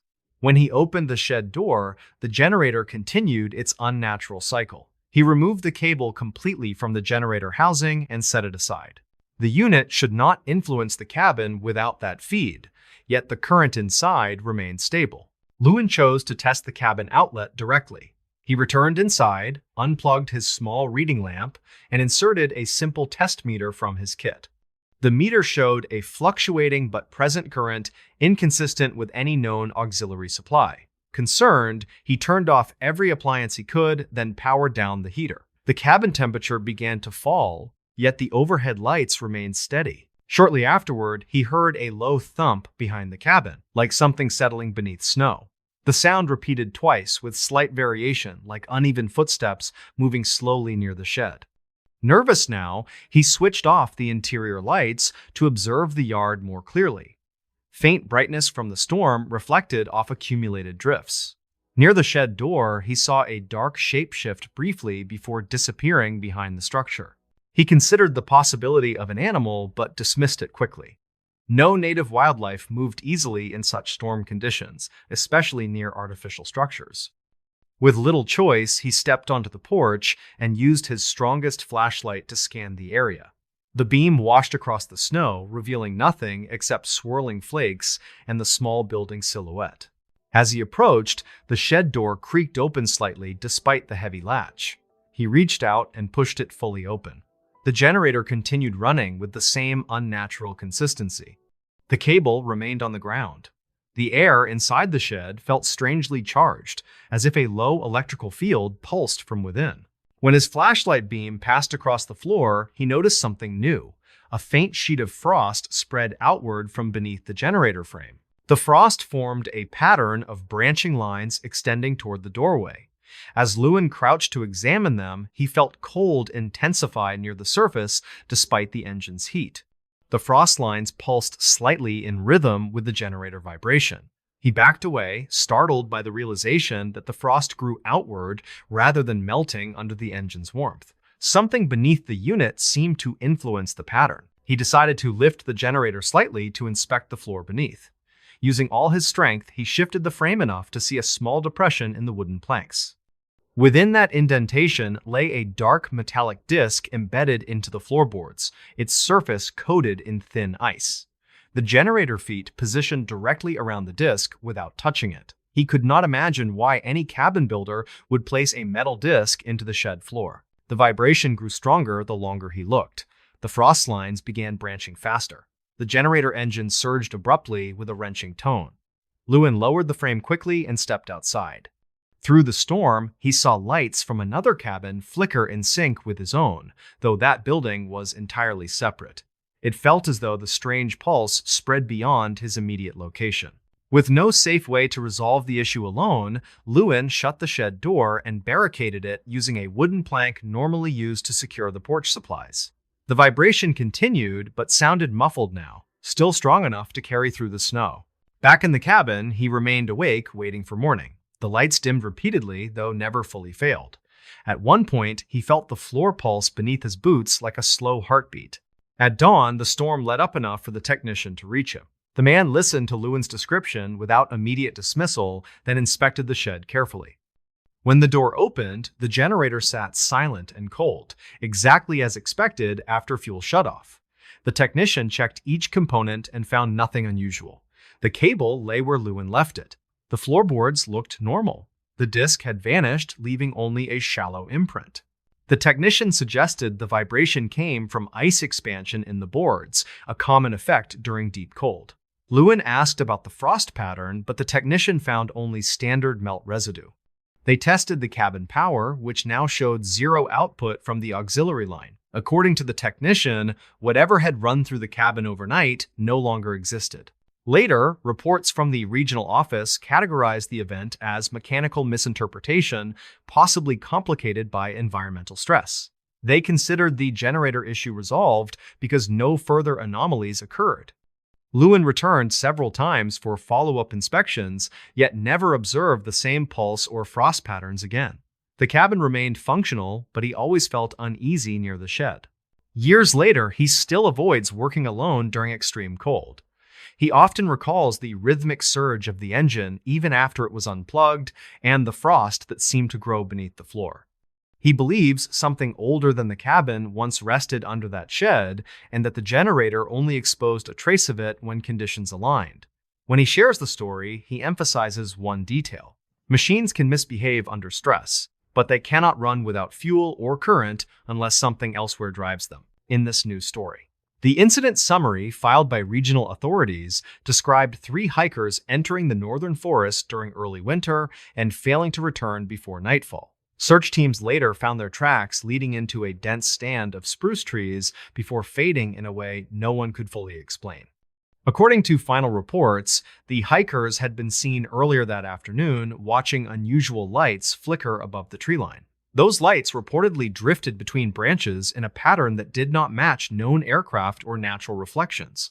The group consisted of Harlan Wire, 35, a field surveyor, Lissa Varon, 33, a part-time wildlife volunteer, and Kellen Drew, 36, a maintenance technician with experience navigating rough terrain.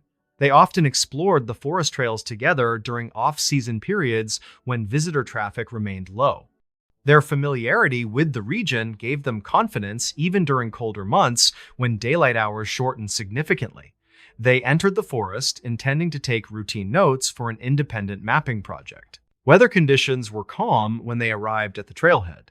Thin frost covered the ground, and a soft layer of snow clung to distant branches. Harlan carried a topographic tablet, Lissa carried a compact camera, and Kellen carried most of the survival gear, including a thermal blanket and 2 radio beacons. They followed the marked trail for about an hour before deciding to inspect an older survey boundary deeper within the woods. Their mood remained light, and no one anticipated any risk.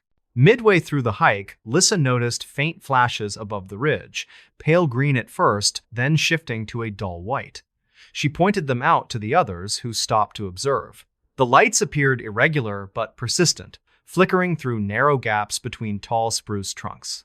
Harlan believed the effect came from sun reflection against wind-shaped ice crystals near the canopy, although the coloration seemed unusual.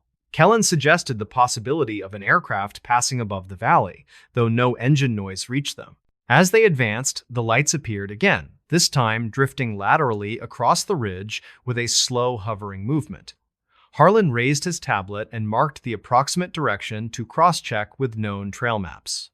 Lissa took several photos, capturing faint streaks that did not resemble ordinary glare.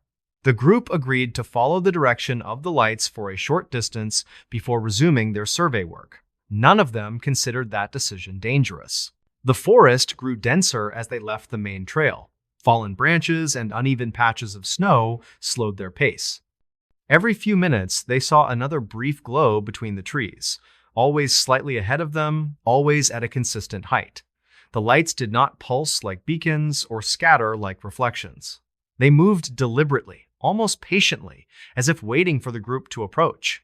Lissa described them in her notes as soft wandering lights, neither bright nor dim, with edges too sharp for natural illumination. After nearly 30 minutes of continued observation, they reached a clearing bordered by old-growth trunks. The ground dipped slightly, creating a shallow basin lined with frozen shrubs. Harlan checked his tablet and frowned. According to the map, they should not have reached a clearing that size within that section of forest. The coordinates did not match any documented open area. Before they could discuss further, one of the lights drifted above the far edge of the basin, pausing at the height of a tall branch. Kellen approached cautiously and scanned the tree line. The light did not sway with the wind. It held steady and emitted a faint shimmer like cold vapor surrounding a core of pale brightness. When Lissa stepped closer, she noticed several smaller points flickering behind it, aligning in a curved formation that resembled a narrow arc. Harlan whispered that no natural phenomenon behaved that way at such low altitude. As the group moved toward the far side of the clearing, the forest around them grew noticeably quieter. Wind noise faded, leaving only muted crunches of snow beneath their boots. Even distant birdsong seemed absent.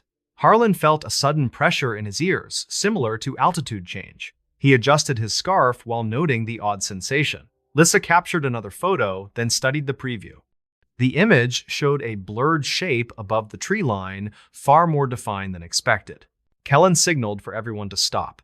He pointed to faint impressions in the snow leading from the center of the clearing toward deeper forest. The tracks were narrow and perfectly aligned, not matching footprints or animal movement. They looked like evenly spaced points carved with mechanical precision. The pattern extended into the shaded thicket and vanished beneath a low arch of branches. All three hikers felt immediate unease at the sight. Despite the strangeness, curiosity, and a sense of shared responsibility drove them forward. They documented the impressions carefully while noting the direction.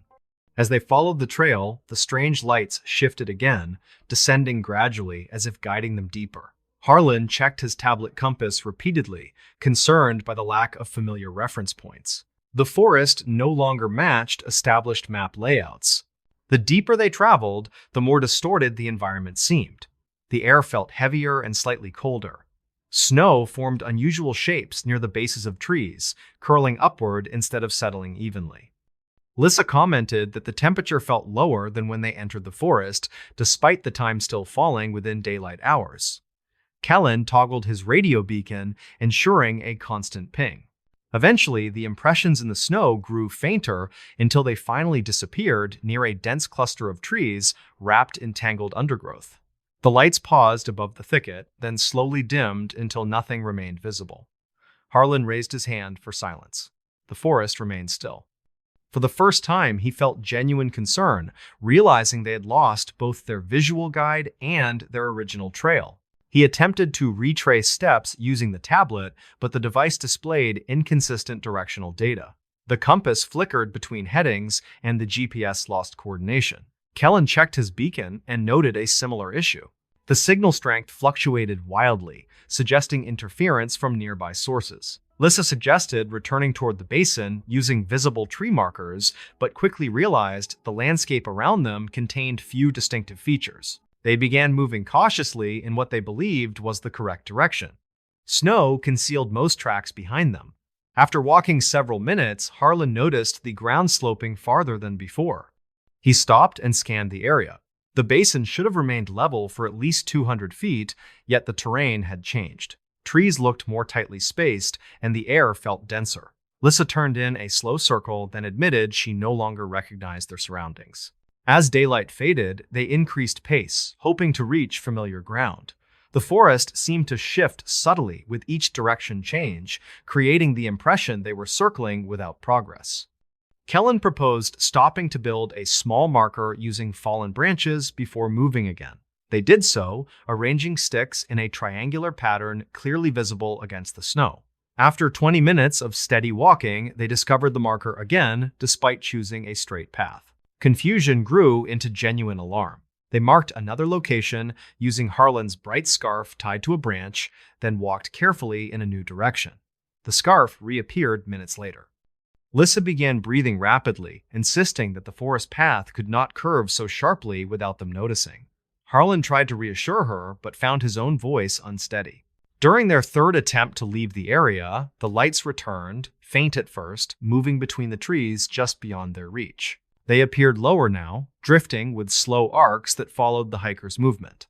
Harlan raised his flashlight and caught a reflection from something ahead, possibly marking a clearing or exposed water. Kellen urged them to move toward it, hoping for open ground. As they approached, the lights brightened and spread across several trunks, forming a dull line that pulsed slowly. The air temperature dropped noticeably.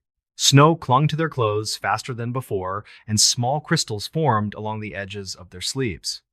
Lissa held her camera up to record the scene, but each attempt resulted in blurred images saturated with pale streaks. The lights shifted again, bending in a way that suggested direction rather than random motion. Harlan motioned for them to stop. As they stood listening, a low hum filled the forest, subtle yet impossible to ignore. It seemed to vibrate through the snow and into their boots. The trees around them emitted faint cracking sounds like distant ice breaking. Lissa gripped her coat tightly. The hum grew steadily louder until it matched the rhythm of their footsteps, creating an unnerving pulse that followed each movement. Kellen tried the radio beacon again. The signal blinked irregularly, then faded to nothing. He attempted emergency broadcast, but static drowned the transmission. Harlan realized they needed to conserve energy and avoid panic. He suggested setting camp until the hum stopped or daylight returned, believing stillness might help them regain their bearings. They gathered near a large fallen log and attempted to create a sheltered space. While preparing their small emergency blanket, Harlan noticed something unusual about the snow. It began rising in thin plumes near the bases of several trees, as if pushed by an upward draft. The plumes curled and drifted in slow spirals before dispersing. Lissa pointed to new impressions forming in the snow ahead of them, shallow marks created without visible movement. The alignment resembled the earlier pattern they had followed, now appearing closer. Kellen whispered that they needed to leave immediately. The hum shifted again, now echoing faintly between the trees, carrying a resonance that made their teeth feel cold. The lights slid between branches, then merged briefly into a single pale glow that hovered at eye level before drifting backward. Harlan felt a deep instinctive fear despite his logical training. Each of them recognized that the lights no longer resembled anything safe to follow. They turned away and attempted a direct return route, choosing a fixed star briefly visible through a break in the canopy. As they walked, the star faded behind moving branches. The forest seemed to contract around them. Snow drifted more heavily near their feet, partially obscuring their tracks as soon as they formed. The hum transformed into a low vibration beneath the ground. Kellen shouted a warning, but the sound dissolved into the noise around them. Authorities later traced their last known location to the basin and surrounding ridges. The search teams found scattered equipment days later, including Harlan's scarf tied around a branch, Lissa's camera with a cracked screen, and Kellen's beacon partially buried in snow. Each item lay within a 300-foot radius, arranged in positions inconsistent with wind scattering. Search dogs struggled in the area, frequently circling the same limited range without progressing outward. No clear prints led away from the collection sites. Rescue personnel noted that snow in the central zone appeared unusually smooth, lacking the expected disturbances from group movement. The photographs retrieved from Lissa's camera contained only streaks of pale light and distorted tree outlines. One image, though blurred, showed a faint arc of brightness above the ridge, similar to descriptions provided by the missing hikers' relatives. The search efforts continued for nearly 2 weeks. Helicopter surveys revealed no sign of movement through the upper forest paths. Ground teams reported intermittent static on their radios whenever approaching the inner basin. Several volunteers mentioned a strange pressure behind their ears, though none suffered lasting effects. Eventually, the operation scaled down after failing to locate tracks leading outward. To this day, the hikers remain unaccounted for. Seasonal workers still occasionally report faint lights drifting near the upper ridge during clear winter evenings. Some describe the lights as harmless reflections. Others claim they move with deliberate purpose, appearing only when the forest grows quiet. A few mention hearing a low hum at the edge of the clearing, though instruments never record anything unusual. Harlan's family kept his field tablet, which still contains his last marked coordinates, though the location does not match any known clearing. Lissa's relatives occasionally play the recovered audio clip from her damaged camera, which captured several seconds of faint rhythmic vibration. Kellen's beacon remains on file with the regional office, its final recorded signal blinking repeatedly near a point deeper than search maps reach. The forest eventually reclaimed every trace of that day. Trails shifted under seasonal storms, and the basin filled with new snow patterns. Visitors continue to pass near the ridge without incident, unaware that 3 experienced hikers once followed strange drifting lights beyond familiar paths and never found their way back. In this new story, regional road logs from that winter recorded a string of heavy storms moving across several mountain passes, creating dangerous conditions for highway crews. Among the workers assigned to those routes was a snowplow driver named Varen Locke, who disappeared for nearly 8 hours during one of the worst storms of the season. When he eventually returned to the depot, coworkers said his behavior seemed strange and reported that he spoke with a voice that did not sound like his own. Varen was 40 and had worked for the Mountain District for more than a decade. He knew every bend of the highway and understood the risks of night plowing. The district relied heavily on him during deep winter because he remained calm during emergencies. His reputation among colleagues was steady and friendly, though he lived quietly in a rental cabin near the lower ridge. No one doubted his reliability, which made his disappearance more unsettling. On the night of the incident, Varen left the depot just after 9 to clear the upper pass before the next round of snowfall. The route required about 2 hours for a full sweep, depending on drift patterns. He radioed the dispatcher shortly after reaching the first checkpoint, reporting moderate wind and manageable snow depth. His voice sounded normal, and there was nothing unusual in the early part of the shift. Half an hour later, weather intensified. Wind pushed thick snow across the highway, and visibility dropped sharply. According to the dispatcher, Varen's radio updates became shorter as he focused on navigating the steep curbs. His final clear message came at 10:12 when he confirmed arrival near the upper overlook. After that, his radio transmissions faded into static. Attempts to reach him failed, and no beacon signal responded from his vehicle. The district initially assumed a simple communication dropout due to atmospheric interference. When multiple attempts failed, they sent a secondary plow up the route to locate him. That driver, a man named Carlin, reached the overlook around 11. The road was covered in fresh snow, yet Varen's plow did not appear anywhere along the route. Carlin turned back and alerted the dispatcher, expressing concern that conditions had deteriorated too quickly. Meanwhile, the storm intensified further. Search attempts resumed after midnight with additional plows and one all-terrain vehicle equipped with stronger lights. They moved slowly along the route, scanning ravines and turnouts. No tire marks appeared, and no impact debris showed. It was as though Varen's plow had vanished before reaching the final curve. The search continued into the early morning. At 4:40, nearly 8 hours after the last contact, the depot received a message from a nearby service station. Varen had walked into the station lobby covered in frost, moving slowly but upright. He claimed his plow had stalled near the overlook and that he walked down the highway through the storm. The attendant noticed that his voice sounded lower than usual, almost like a strained whisper forced through cold air. He also moved with unusual stiffness. The station called the district immediately. Carlin and another supervisor drove down to meet Varen and bring him back to the depot. They noted that his jacket was coated in ice as though he had remained exposed for a long time. When they asked where he left the plow, he pointed toward the upper pass and said it was stuck near the first turnout, a location he had already passed earlier that night. Back at the depot, co-workers gathered around him, relieved yet confused.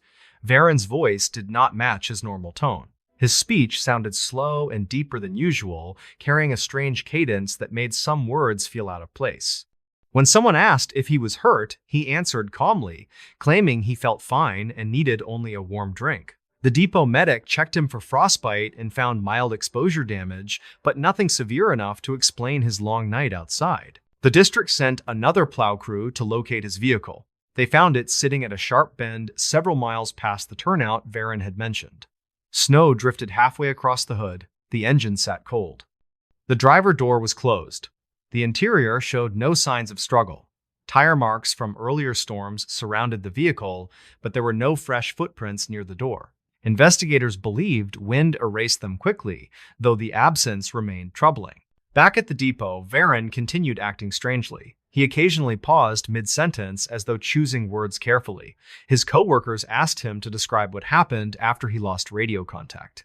He said the plow engine sputtered near the overlook, forcing him to stop. He claimed he tried to restart the vehicle before stepping outside to check the intake. The wind made it difficult to see, and he remembered hearing a low humming sound that seemed to vibrate through the ground. Several co-workers exchanged concerned glances when he said this, because the overlook sat on solid rock with little ground resonance.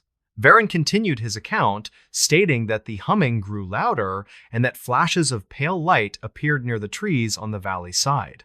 He admitted he approached the edge briefly but turned back when visibility worsened. His voice faltered several times during the explanation, dropping almost to a whisper. Carlin noticed something else.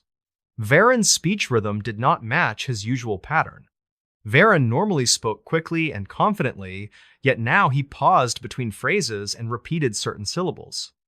It almost sounded like someone learning to speak through heavy cold. Carlin asked whether Varen remembered walking toward the station. Varen nodded but gave no details. He simply said he followed the road until he found lights shining through the storm. Concerned about possible head injury or disorientation, the supervisor insisted that Varen be taken to the clinic for evaluation. The medic escorted him to a heated truck.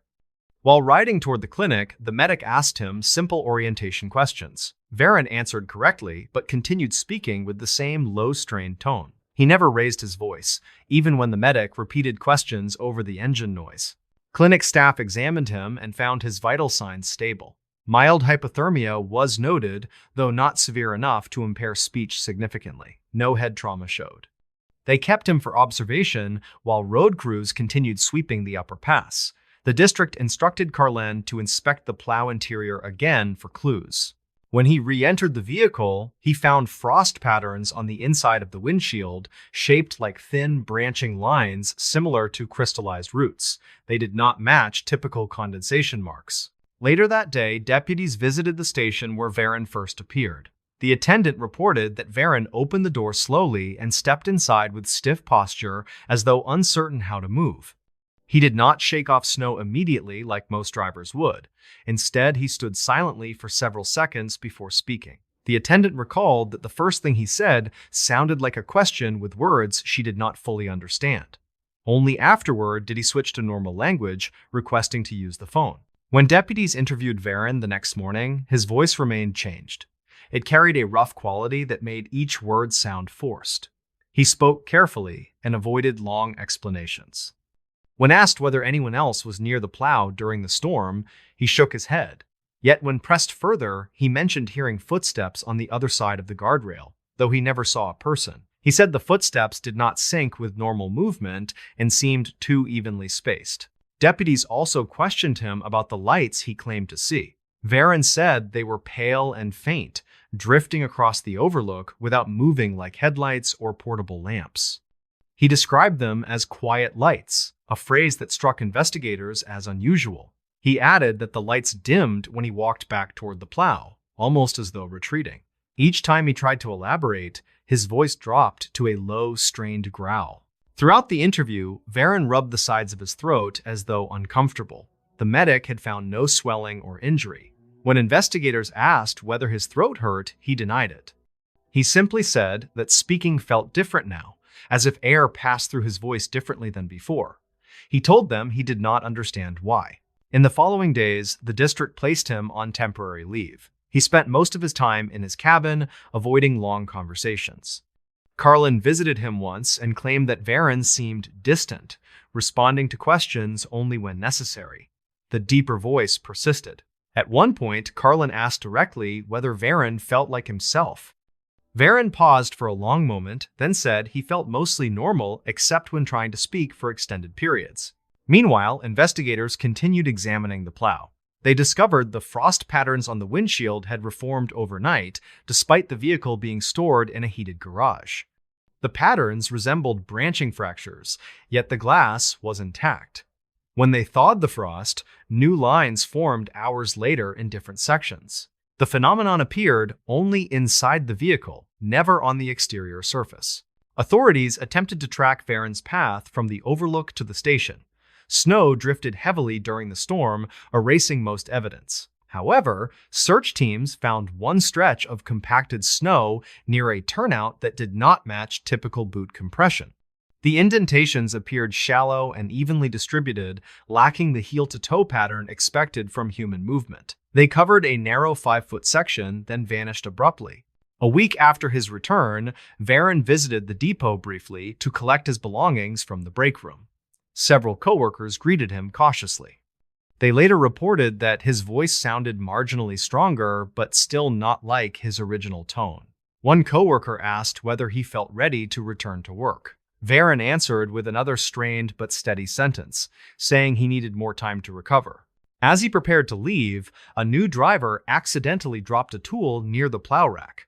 The sudden noise made Varen flinch sharply, more than expected for something so minor.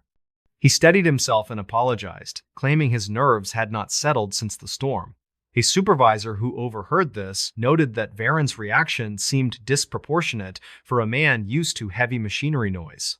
Authorities eventually closed the investigation due to lack of evidence indicating a specific incident. They listed his disappearance as weather exposure with temporary cognitive impairment caused by extreme conditions.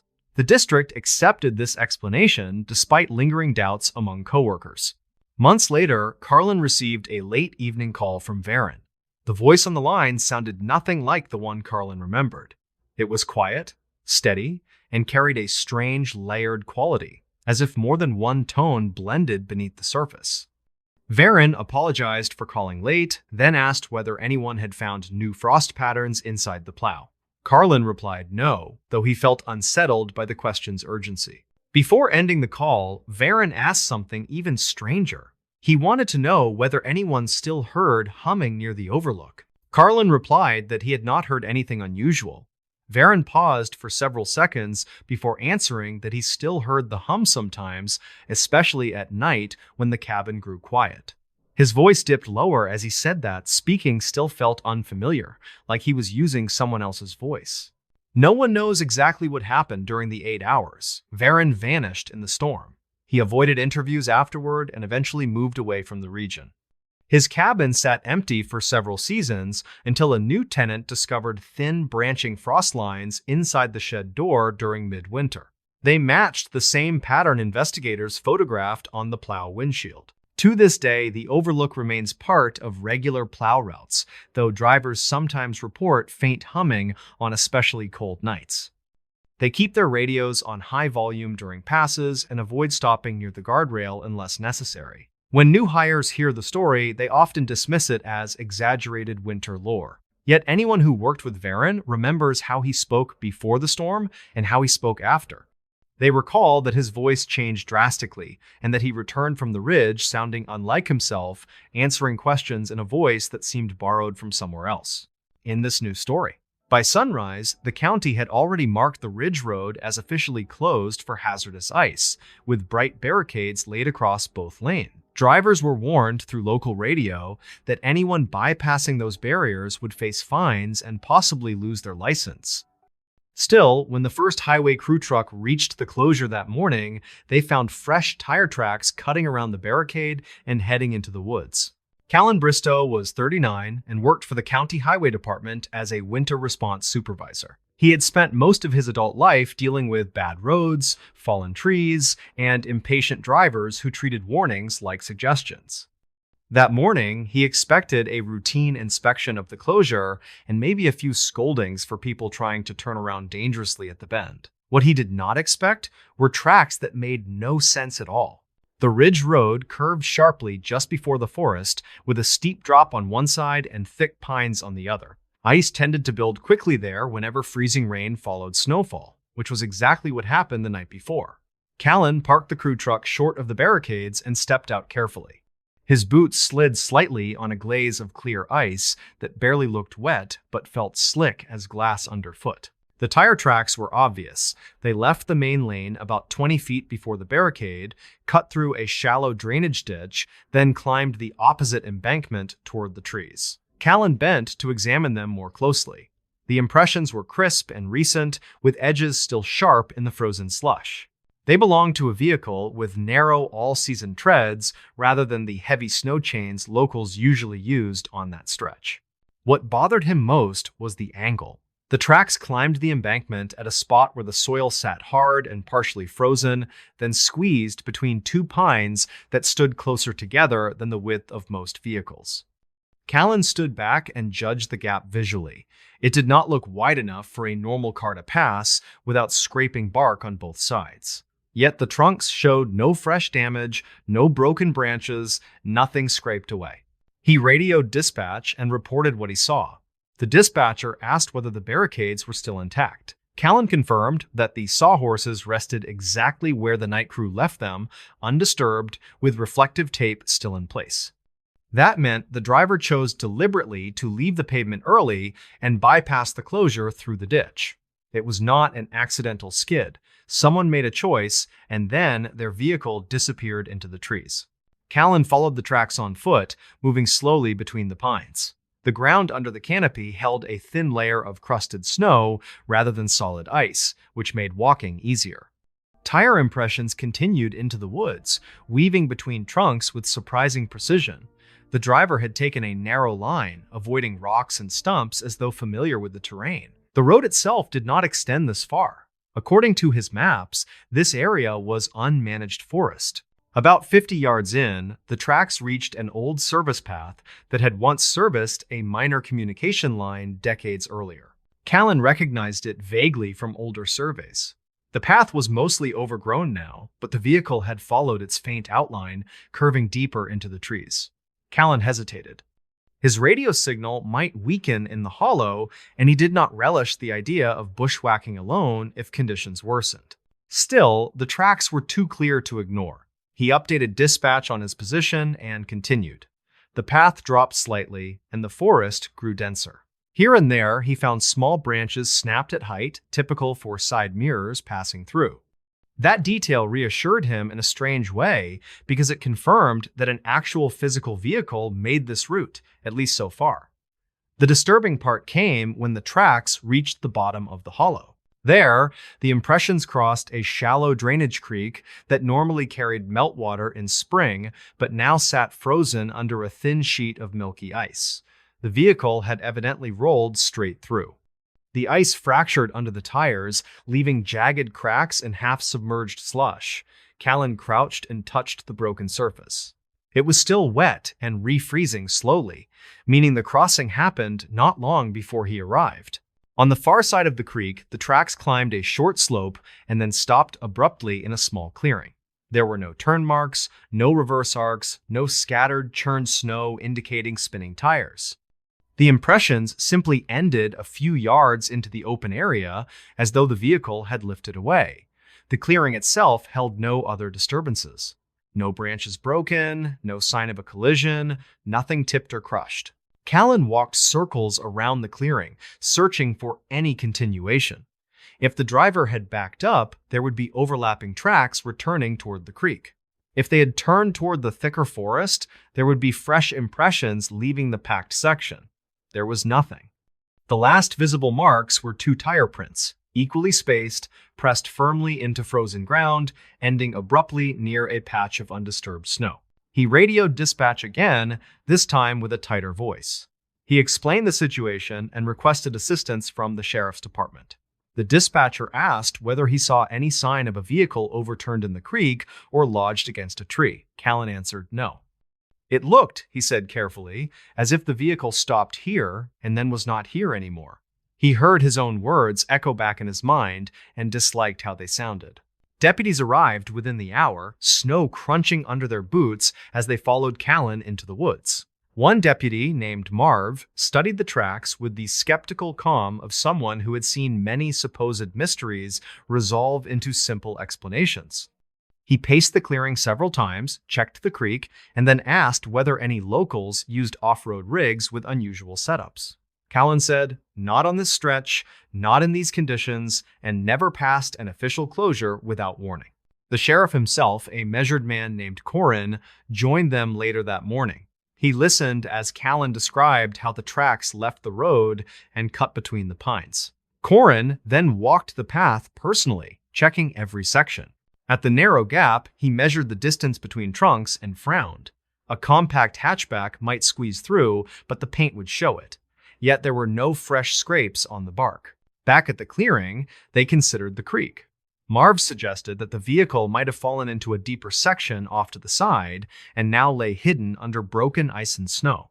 They probed the banks and checked downstream as far as they could, but the channel remained shallow, barely supporting the trickle that usually formed in warmer seasons. Nothing on either bank indicated a heavyweight sliding or rolling in. As news of the tracks spread through the small department, someone at dispatch remembered a call from the previous evening. Around 9, a driver on the lower portion of the same road had reported seeing unusual headlights weaving near the ridge, higher than the highway. The caller assumed it was a maintenance truck and did not press the issue. That timestamp roughly matched the period before the road closure went fully into effect. They pulled the recording of that call and listened carefully. The caller described lights moving too smoothly for a vehicle fighting ice, passing behind trees where no official route existed. At the time, dispatch treated it as a mistaken observation. Now, with fresh tire tracks leaving the road and a clearing with no vehicle, the report gained new weight. Corin ordered a more thorough search of the surrounding forest. Over the following hours, they widened the search radius. Tracker tape marked search lanes. Volunteers from the fire department joined, combing through the area on snowshoes. They found older evidence of hunters and hikers, but nothing matching fresh vehicle movement beyond the abrupt ending in the clearing. A helicopter from a neighboring county flew a slow grid above the ridge, scanning for metal reflections among the trees. The pilot reported no sign of an abandoned vehicle. Meanwhile, at the county office, a clerk cross-checked recent missing vehicle reports. Only one stood out. A sedan belonging to a man named Eldrin Keene had been reported overdue from a late shift the previous night. He worked at a warehouse in the valley and was expected home before midnight on a route that sometimes used the Ridge Road as a faster option. His wife reported that he never arrived, and his phone stopped pinging near the edge of tower coverage around 10. When Corin heard the name, he requested Eldrin's vehicle description. The model matched the tire width they saw in the woods. Eldrin drove on regular all-season tires, not dedicated winter treads, which fit the narrow impressions on the road. A license plate check confirmed no roadside cameras caught his car past a certain point. The last reliable sighting placed him near the base of the ridge shortly before the closure. Search teams now had not only strange tracks, but a likely driver. Despite increased urgency, the forest refused to offer answers. Dogs brought in on the second day found scent crossing the creek, then turning in slow circles near the clearing before fading. Handlers reported unusual behavior as the dogs repeatedly returned to the last tire impressions and whined, reluctant to move beyond them into the unmarked snow. Investigators took photographs from multiple angles, mapping every footprint left by personnel and dogs to distinguish them from any original marks. The tire ending remained pure. There were no partial prints hidden under later snow, no faint continuation visible under certain light. The vehicle had either been lifted perfectly from that spot, or the tracks were somehow deceptive. Neither option comforted anyone. In search briefings, Corin pressed his team to consider every practical explanation before entertaining anything else. Maybe the driver parked there and walked out, joining another vehicle on a different path. Yet if so, where were the footprints, where was the second vehicle, and why choose such an indirect route in freezing conditions? They checked every cabin, driveway, and logging spur within several miles. Nothing matched. Days passed. Weather improved enough for crews to reopen part of the Ridge Road. The barricades were moved back from the forest edge, leaving the first section passable with caution. Still, a smaller sign remained near the bend, warning drivers not to leave the pavement due to unstable terrain in the woods. Officially, the warning referred to hidden stumps and soft ditches. Unofficially, everyone knew it had more to do with unanswered questions.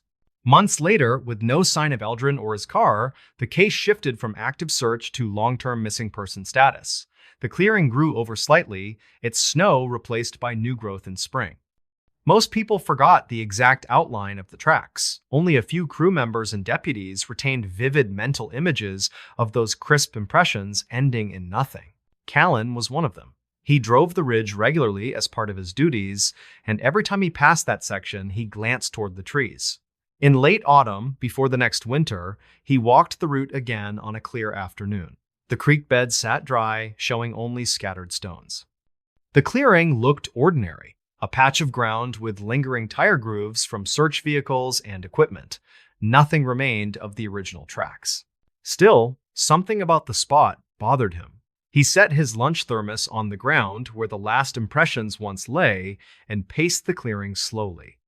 At one edge, he noticed faint fill marks in the soil, like small trenches that had been cut and then refilled a long time ago. They formed a narrow rectangle, just slightly larger than the footprint of a small car. The soil within the shape seemed denser and darker than surrounding dirt. He reported this to Corin, who authorized a brief soil test using a portable probe. The probe met resistance a few inches down, hitting something harder than compacted earth. They brought in a small excavation team, expecting maybe buried debris from old roadwork. Instead, they found a layer of rough-poured concrete several inches thick, forming a solid platform exactly where the tracks once ended. There was no record of any structure being built there. The county archives eventually turned up one old reference.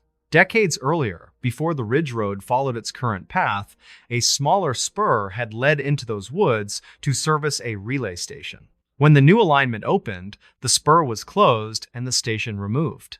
A platform foundation remained but had supposedly been demolished and covered. Records showed that demolition work stopped halfway due to budget changes, leaving the slab in place under thin soil. No metal fragments indicating a modern vehicle were found in or around the slab. No fresh fractures suggested recent heavy weight dropping onto it. The platform had sat quietly for years, forgotten under leaves and snow, until fresh tire tracks ended above it during a road closure for ice. Eldrin's sedan was never found anywhere else along the highway or in nearby towns. His family eventually moved away, leaving a modest memorial at the base of the ridge. Callan sometimes thinks about the sequence of facts he cannot reconcile. The road was closed when the tracks appeared. The tires left the pavement before the barricade, squeezed between trees without scraping bark, crossed thin ice, and ended above an old concrete platform that nobody remembered. There were no exit marks, no footprints leading away, and no later sightings of the vehicle. During certain winter mornings, when the air feels heavy and the road glaze shines too perfectly, he slows near the bend and glances toward the trees. He never sees anything there, just dark trunks and occasional snow, but he remembers the first time he followed those tracks and how they ended in silence where a forgotten foundation waited underneath. He tells new crew members to respect the closure signs without trying clever shortcuts. He calls it a simple safety speech, yet there is always a moment when he adds one extra sentence, quieter than the rest. He says that sometimes a road is closed for a reason nobody writes on the sign, and that tracks leading into the woods do not always lead back out.